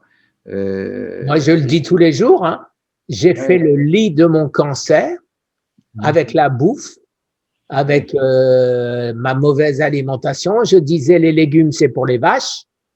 Et j'ai démarré mon cancer avec le stress. Donc voilà. Aujourd'hui, pourquoi je vais mieux? Parce que je mange sainement et je ne stresse plus. Oui, ça, oui, effectivement. Hein, comme on le dit, effectivement, mais moi je les connais, hein, les deux Lépine. Effectivement, Nicole, elle avait quand même fait un travail extraordinaire. J'ai le plus grand respect pour Nicole Delépine, qui a sauvé des centaines d'enfants qui auraient été condamnés parce qu'elle n'a pas utilisé les méthodes allopathiques. Alors, si elle faisait, si tu veux, le problème des cancérologues officiels, c'est ils appliquent à tout le monde des protocoles. Ils vont dire, ben, cette année, on va tester tel protocole. Moi, j'ai vu chez mes patients, les gens avaient tous les mêmes protocoles. Et puis, au bout de l'année, ils font le compte de ceux qui sont vivants, ceux qui sont morts. Voilà. Et voilà. Mais ils ne font pas des thérapies individuelles. Et Nicole de Lépine, ce qu'elle faisait dans son petit service, là, les 9 petits livres ou d'un Nicolas, son bouquin, elle faisait des thérapies adaptées, individuelles pour chaque enfant. et elle a eu des résultats extraordinaires, même sur des cancers redoutables, comme les s'appelle les sarcomes d'Ewing, hein. Et son mari aussi, il est un chirurgien cancérologue, c'est quand même un chirurgien remarquable. Ils ont travaillé ensemble, parce que souvent, ces enfants qui avaient les sarcomes d'Ewing, il fallait les amputer, hein. À eux deux, ils ont réussi à sauver des centaines d'enfants. Mais je ne sais pas pourquoi Gérard, il est contre le dépistage du cancer de la prostate. Bon, moi, effectivement, je ne suis pas d'accord. Mais effectivement, le mieux, c'est de tout faire pour ne pas l'attraper, hein, ce cancer, hein. De toute façon, comme on dit, dès 50 ans, ben, il faut aller consulter tous les ans le médecin, faire doser le PSA, toucher rectal, et surtout avoir un mode de vie très sain. On n'arrête pas de radoter depuis tout à l'heure, hein, qu'effectivement, aussi on peut prendre des antioxydants vitamineux, sélénium, magnésium, vitamine D, tout ça. De toute façon, la vitamine D, tout le monde en est carencé en France, hein, voilà. Et on s'est rendu compte qu'effectivement, ben, c'était important d'en prendre, puisque ça a non seulement son action sur les os, elle a surtout une action effectivement contre le cancer, contre le Covid, contre toutes les maladies infectieuses, notamment la grippe aussi. Ça renforce aussi le tonus musculaire. Chez les personnes âgées, c'est intéressant, surtout les personnes âgées qui sont en institution, comme dans les EHPAD, ils ne voient pas le soleil, hein. Bien sûr, si on peut aller au soleil, fabriquer sa propre vitamine D, hein, et puis surtout avoir aussi la vitamine C, tout ça, c'est effectivement important, hein. Alors bien sûr, on est là en train de dire des choses évidentes. Après, effectivement, il y a un cancer dont je voudrais parler, parce qu'effectivement, il y a comme des avancées, c'est les cancers de la peau, c'est le mélanome. Oui. J'étais pas d'accord, moi, avec Laurence Farce, qui avait l'air de dire que le mélanome, c'était pas dû au soleil, hein. Moi, quand Il j'étais un... disait ça, excuse-moi, parce qu'il Ouais, a bien étudié les mélanomes et il s'est rendu compte, par exemple, que sur les animaux, des chevaux, ils attrapaient des mélanomes près de l'anus, oui, dans l'arrêt des fesses, sous le bras, donc des hommes, hein, et bien sûr, là où le soleil ne va jamais. Et donc, ouais. bien sûr, c'est là où il a mis en question le fait du soleil et mélanome. Oui, mais moi, je me souviens, effectivement, j'ai une période douloureuse de ma vie de jeune médecin, quand j'étais interne à Lille en dermatologie. Comme j'étais le plus jeune dernier arrivé, ben, c'est à moi qu'on avait refilé la salle des mélanomes. J'en ai encore les larmes aux yeux à l'époque, parce que je voyais, c'est toutes des jeunes femmes très jolies, jeunes, qui avaient mon âge, hein, qui avaient quoi, 25 ans, comme moi. Et ben, elles avaient des mélanomes parce qu'elles voulaient être belles, elles voulaient être bronzées, elles s'étaient mises au soleil de manière abusive. Et c'était redoutable, parce qu'on n'avait pas on faisait de la chimiothérapie, mais on les torturait. À l'époque, en plus, il n'y avait pas des chambres d'injection comme on a maintenant. Donc après, au bout d'un moment, les veines étaient attaquées par la chimio qui n'était pas efficace, et presque tous les soirs, je rentrais en pleurant, parce que ces jeunes femmes avec qui, effectivement, on avait des relations amicales, c'est vrai qu'on s'attache aussi à ces patients, ben, elles tombaient comme des mouches, hein.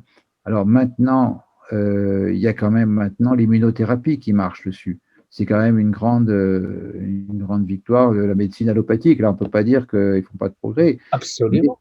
Mais, Absolument. par contre, effectivement, il y a des effets secondaires, comme toujours, hein, un médicament puissant, des effets secondaires puissants, et ça peut parfois déclencher des maladies auto-immunes, comme la polyarthrite rhumatoïde, ou les spondylarthrites ankylosantes, des choses comme ça. Et donc, c'est aussi à manier par des cancérologues avertis, hein, cette immunothérapie. Mais enfin, quand même, maintenant, ils survivent, quoi, hein, bien sûr, avec un peu cette épée de Damoclès, mais c'est vrai que les mélanomes, c'était redoutable, hein, les gens. Et comment toi tu expliques le fait des mélanomes qui ne sont pas dus au soleil?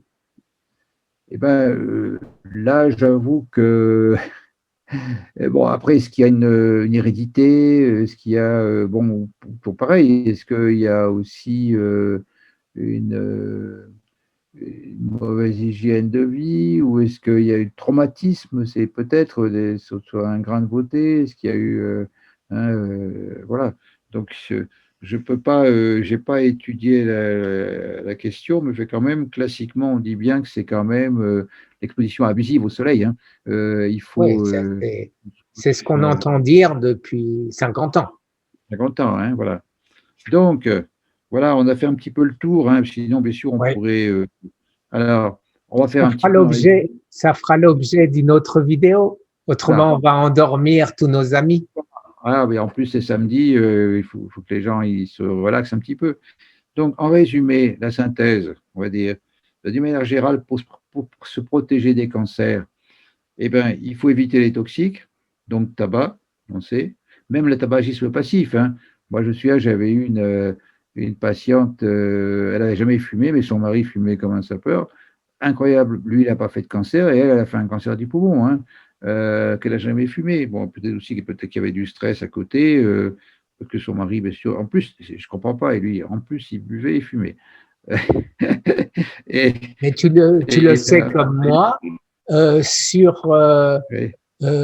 sur 100% de grands fumeurs, il n'y en a que 40% qui attrapent un cancer des poumons. Alors, J'irais peut-être un peu plus loin.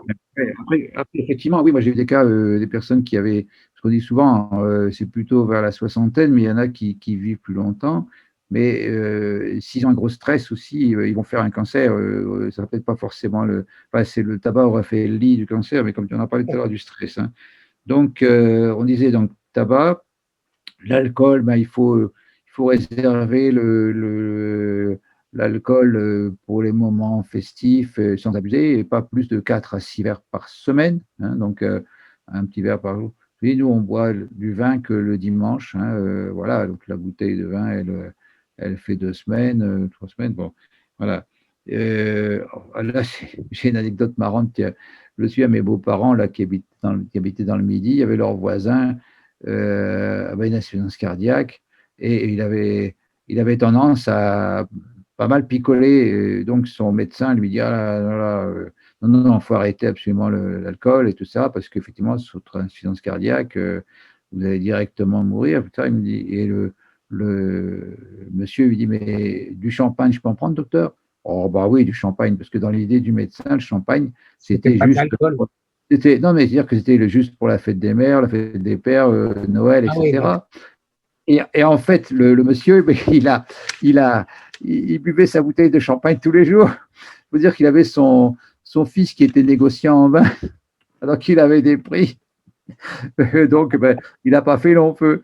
Mais effectivement, quand on est médecin, il faut faire attention à ce qu'on dit, parce que le médecin pensait bonne champagne, c'est ça, que c'était festif Ah quand oui. c'était 3 fois par an. Voilà, l'anniversaire, la fête des mères, fête des pères, et Noël, Nouvel An, etc., que 4-5 fois par an.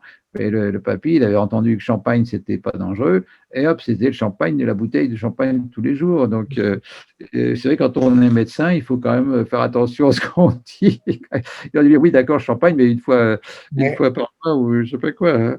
Donc, comme on a dit, effectivement, ben, faut faire l'exercice. Donc, on a dit les toxiques, hein, tabac, alcool, on a réglé le problème. Faire de l'exercice physique, surveiller son poids, hein, manger le plus possible de fruits, légumes, de fibres et de poissons, hein, et le moins possible de viande rouge. Ah, surtout, on c'est a ça, oublié le éviter tout. lait et le fromage. Oui, oui, bah, c'est sûr, oui, on en a parlé un petit peu, effectivement. Oui, le lait, c'est vrai que oui, en plus, c'est un petit peu mon dada, parce que le lait, surtout le lait de vache, il y a énormément d'hormones de croissance dedans, et parce que le veau quintuple son poids en 3 mois, hein. Bon, je reparle toujours, il y avait de nos amis qui disaient, ah, mais je connaissais mon prof de pédiatrie quand j'ai fait mes études de médecine à Lille, le professeur Fontaine. Il était précurseur. Il disait, mais le lait de vache, c'est fait pour faire des veaux qui font beaucoup de viande et un petit cerveau. Il était précurseur, parce qu'à l'époque, on disait D'ailleurs, c'est ce qui avait tué des millions d'enfants dans les pays africains, c'est qu'on avait convaincu les femmes que d'allaiter son enfant, c'était pas moderne et qu'il fallait utiliser, c'était Nestlé hein, qui avait dit qu'il faut prendre de la poudre de lait. Seulement là-bas, l'eau, quand on fait, quand Les le amibes. sein, c'était le sein, c'était stérile, mais l'eau là-bas, elle était pleine de microbes et les gamins, les enfants mouraient de toxicose qu'on appelait, hein, de gastroentérite, voilà, qui les déshydratait. Et, voilà. Et effectivement aussi, un peu, on disait à l'époque, c'était l'histoire des féminismes. Hein, voilà, il fallait nourrir, il fallait pas allaiter les enfants parce que c'était, hein, comment je vais dire, traditionnel, c'était voilà, la femme. Ça faisait tomber les seins. Voilà, c'est ça. Et la femme esclave, hein, donc voilà. Donc, il faut effectivement aussi ben, se compléter, comme on dit, oui. Alors, le lait de vache, c'est une vacherie. Hein, il y a plusieurs bouquins, il y a un bouquin qui s'appelle comme ça, le lait de vache est une vacherie, où le lait est une blancheur trompeuse. Hein, parce que c'est vrai que tout ce qui est blanc, ça paraît pur, effectivement. Non, non, c'est vraiment une saleté, le lait de vache. Hein. Les chèvres, les brebis, peut-être un peu moins, il y a peut-être un petit peu moins d'hormones de croissance, mais c'est le même topo, hein, parce que c'est pour faire grossir Et c'est quand même du les bébés. sucre.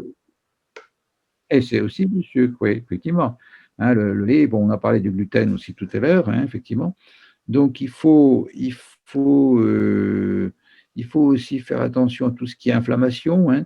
Il faut aussi, si on ne mange pas suffisamment de fruits et légumes, eh ben, il faut compléter effectivement par des polyvitamines.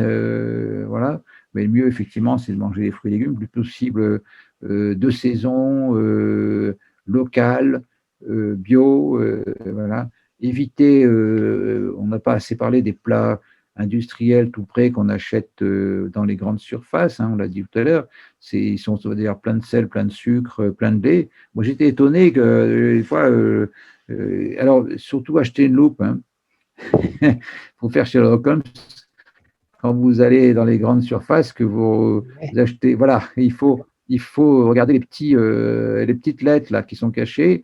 Parce que dedans, vous pouvez voir qu'il y a souvent plein d'additifs, des E de machin chose, des E machin truc, voilà, des conservateurs, même paraît-il que même les fabricants de produits chimiques, ils ont convaincu les industriels de l'agroalimentaire de mettre certains additifs dont les industriels ne savent même pas à quoi ça sert. Mais, Et je vais te dire mieux, c'est Eric Berg qui avait fait une émission là-dessus. Euh, euh, ah, colorant naturel. ah oui, Colorant naturel, c'est des sucres cachés. aussi, C'est de oui. la maltodextrine, de la dextrose, etc., etc. Ah oui, ça, c'est tous les faux sucres. Hein. Ouais. Moi, je te disais, parce qu'effectivement, moi, je me souviens une fois, j'avais un de mes jeunes patients diabétiques qui était tout content. Il me dit: Ah, docteur, regardez, j'ai trouvé des bonbons sans sucre. J'ai dit: Montre-moi ça. J'ai dit: Tu me les ramènes. Je regarde. Alors, c'était marqué en grand sans sucre.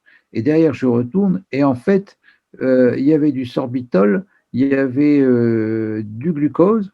Du sucralose, je C'est suppose. ça. Et en fait, ils avaient le droit de marquer sans sucre parce qu'il n'y avait pas de saccharose. Et Ouais. c'était pour l'histoire des caries dentaires. Mais c'était pas. Et en plus, c'est écrit en tout petit, ne convient pas aux diabétiques. Mais comme les diabétiques, ils ne voient pas bien clair, voilà, on peut les abuser en marquant sans sucre.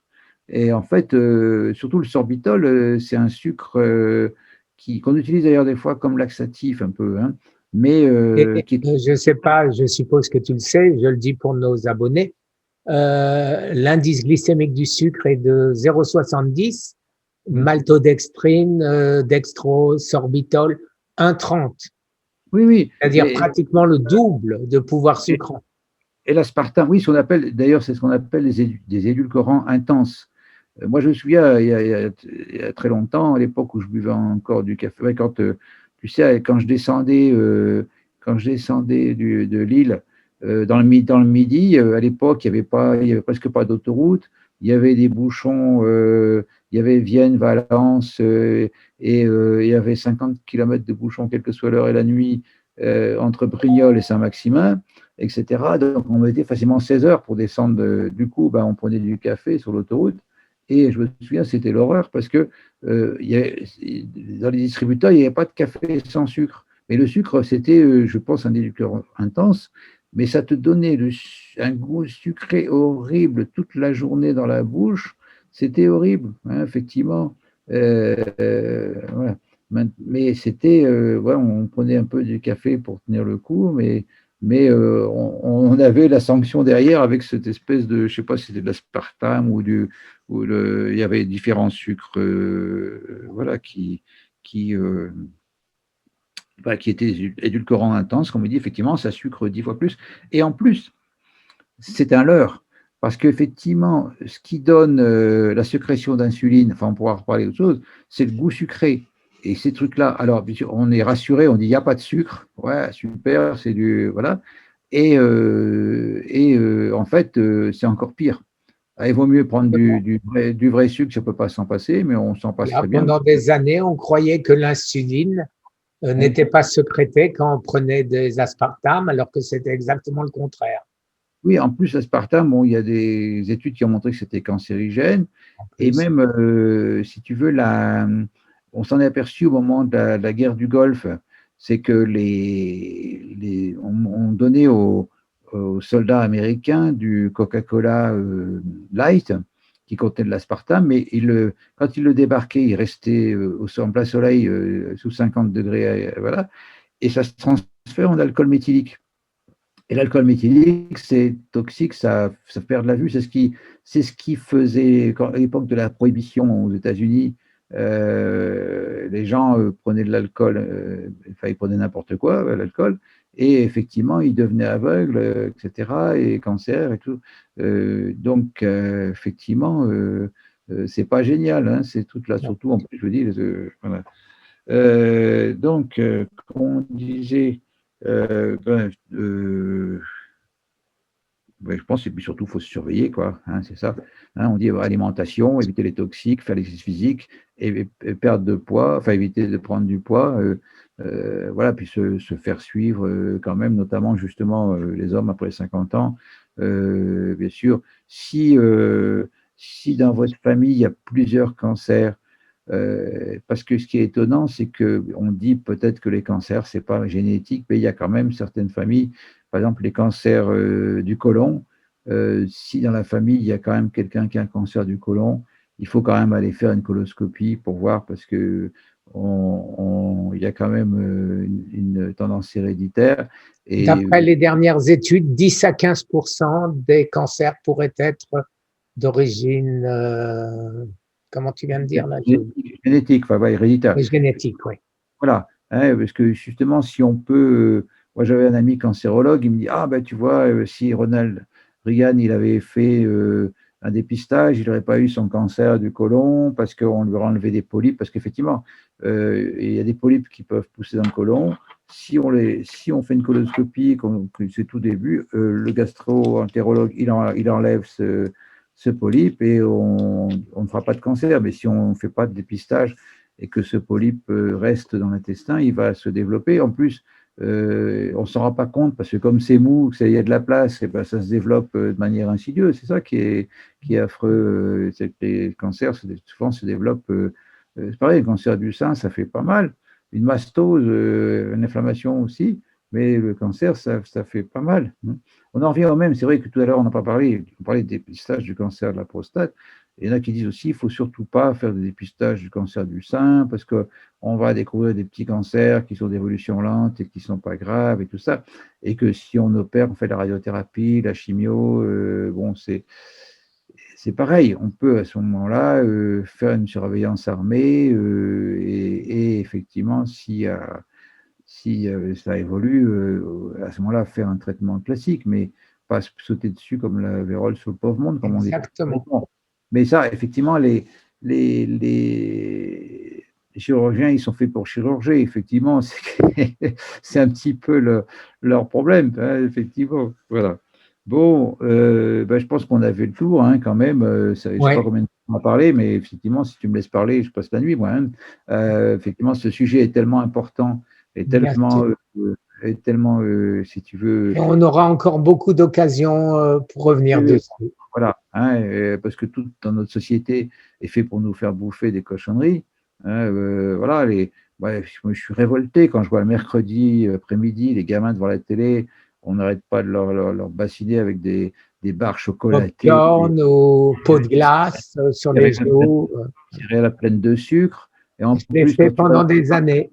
voilà, et quand tu vas dans le supermarché, après c'est marqué «vu à la télévision», donc tu vois, ils te rebassinent, ça, hein, je veux dire, en plus, c'est les mêmes fabricants qui font les plats préparés pleins de sucre, plein de saloperies, qui font aussi les boissons sucrées et qui font après les traitements pour l'hypertension et le cholestérol et voilà, donc on est pris dans un engrenage et puis effectivement, hein, le le tabac, l'alcool, tout ça, tout est chez nous en France, tout est à tous les coins de rue, tu as de l'alcool. Alors que maintenant Un bistrot. les bistrots sont fermés, hein, mais dans les grandes surfaces, à des kilomètres de rayons Ouais. d'alcool, hein, voilà. Allez Guy, Merci, on va en merci rester une fois de là, je crois plus. qu'on a fait le tour, hein, de toute façon, Voilà, les gens le savent, hein, mais ce qui un, se un gros rappel comme ça, c'est oui, jamais trop. voilà. Ouais, et puis simplement, si on le mieux, bah, comme on dit, la prévention, c'est mieux que le traitement, hein. Il vaut mieux prévenir que guérir, ça on le sait bien, hein. Voilà, mais bon, c'est vrai qu'on se heurte à des lobbies, à des habitudes. Tu parlais du fromage, hein, c'est vrai qu'en France, mais justement, contrairement, il y a un truc idiot, on dit oui, pour lutter contre l'ostéoporose, il faut manger des laitages, et c'est faux, c'est C'est faux. totalement faux. Ah oui, oui, parce que le lait euh, est acidifiant et effectivement, pour contrebalancer cette acidité, l'organisme prend le calcium des os.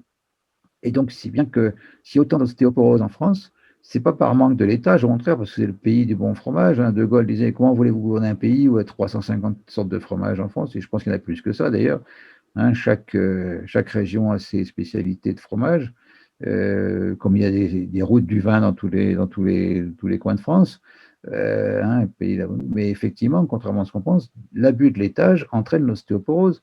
En Bien plus, sûr.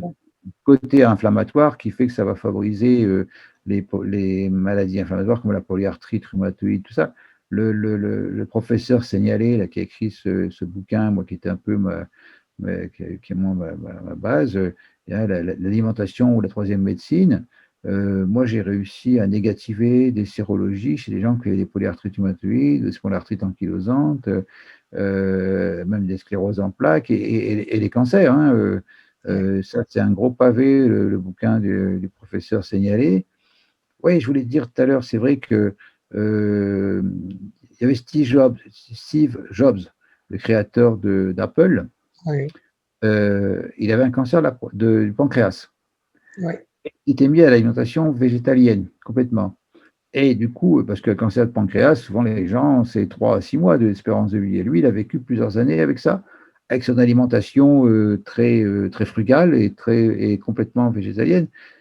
Et puis, tout le monde lui tombait dessus, disait: «Mais non, t'es crétin, mange de la viande, gna gna gna».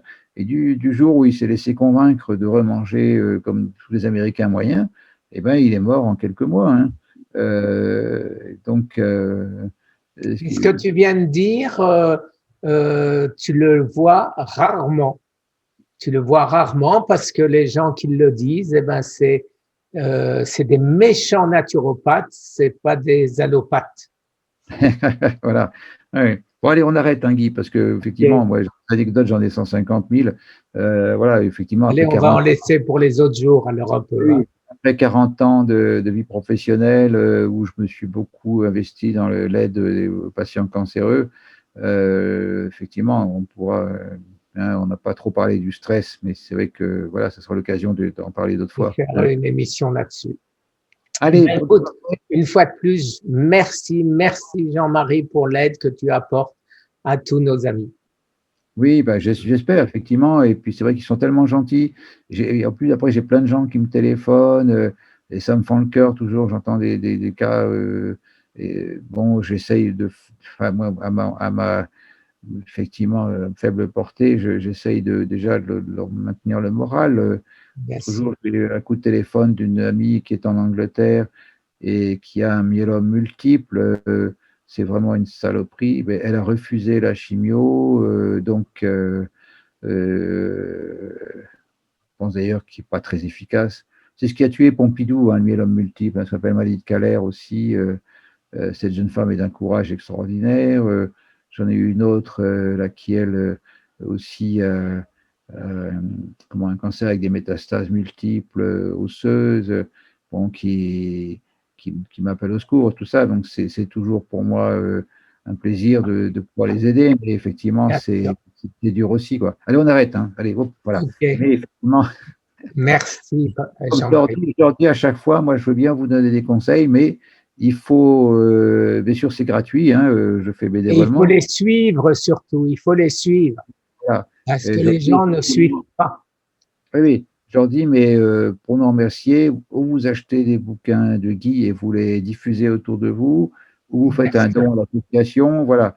Hein, donc, si vous voulez qu'on avance dans la recherche, il faut absolument, parce que Guy, Il faut nous aider. Guy, les bouquins, il gagne rien dessus. Hein, tous les droits d'auteur vont à la recherche. Voilà. Oui, donc, et puis, tu sais, on les vend 7,99 €, il doit rester 4 € ou quelque chose comme ça. Une fois qu'on a enlevé la TVA et le bénéfice d'Amazon. Voilà. Ouais. Oui, oui, enfin, les petits ruisseaux font les grandes rivières, comme on dit. Mais hélas, de plus en plus, notre livre, à Nat et à moi, est piraté. Alors, c'est lamentable, quoi. C'est lamentable. Moi, je dis toujours, je suis pas plus royaliste que le roi. J'ai toujours, depuis des années, j'ai piraté un film ou une chanson, mais ça n'a pas la même portée quand même. Non, bien sûr, parce que là, vraiment, on est sur la vie des gens, quoi. Tandis que, effectivement, d'autre côté, oui, si tu pirates une chanson, c'est le gagne-pain de. D'autant plus que maintenant, ils ne peuvent plus faire de concerts. Je ne dis pas que c'est plus intelligent, hein, je dis pas que c'est plus intelligent de pirater une chanson, mais je vais pas dire que je l'ai pas fait alors que je l'ai fait. Oui, mais bon, moi je l'ai pas fait parce que bon c'est plus j'ai pas le temps. Mais je veux dire que si tu veux on avait dit bah oui, le fait que les gens maintenant achètent la musique ou la piratent sur le numérique, ça force les chanteurs, etc., les groupes à refaire des concerts parce qu'à un moment effectivement voilà. Mais maintenant ils peuvent plus faire de concerts avec le Covid, donc il faut. Moi j'ai un confrère là et ami, il fait partie d'une chorale. Et là, ils ne peuvent plus se réunir. Donc, ils font des chorales en Zoom. Voilà. Et d'ailleurs, on a vu même, il y a eu des orchestres symphoniques qui ont fait la même chose. Ils ont joué chacun de chez eux en se réunissant, justement. Heureusement qu'on a des techniques de vidéo comme ça. Hein. Mais là, d'ailleurs, je voyais mon copain, là, qui est mon confrère, il me dit, bah oui, en plus, lui, il a une voix grave, il a une voix superbe. Donc, ça serait dommage qu'il ne puisse pas chanter là une voix de basse, baryton, je sais pas. Et effectivement, il m'a dit bah oui, voilà, je peux pas venir ce soir, j'ai la chorale, mais comment tu fais? Bah non, on fait en Zoom. On fait pourquoi on fait en Zoom en cloud, je sais pas comment il fait. Et voilà, il faut trouver des moyens. Mais les professionnels, si on n'achète plus leur musique, ils meurent de faim aussi. Hein, voilà. On est tout à fait d'accord. Allez, Guy, merci. On va pas refaire le monde. Hein. Allez. Non. Bientôt. Voilà. Allez, au revoir les amis, un très bon week-end à tous. Et merci à tous de nous écouter, d'avoir la patience de nous écouter et de nous mettre un pouce bleu. C'est vrai que ça me fait vraiment plaisir. En plus, ça nous permet d'être plus visible. Hein. Plus on a de pouces bleus, plus effectivement on peut aider de gens. Hein. Voilà. Alors les amis, je compte sur vous. Les 2 pouces, hein. Allez-y, les 2 pouces. Hein. Au revoir, allez, les amis. Bien, Guy. Bon week-end. Salut. Salut Jean-Marie.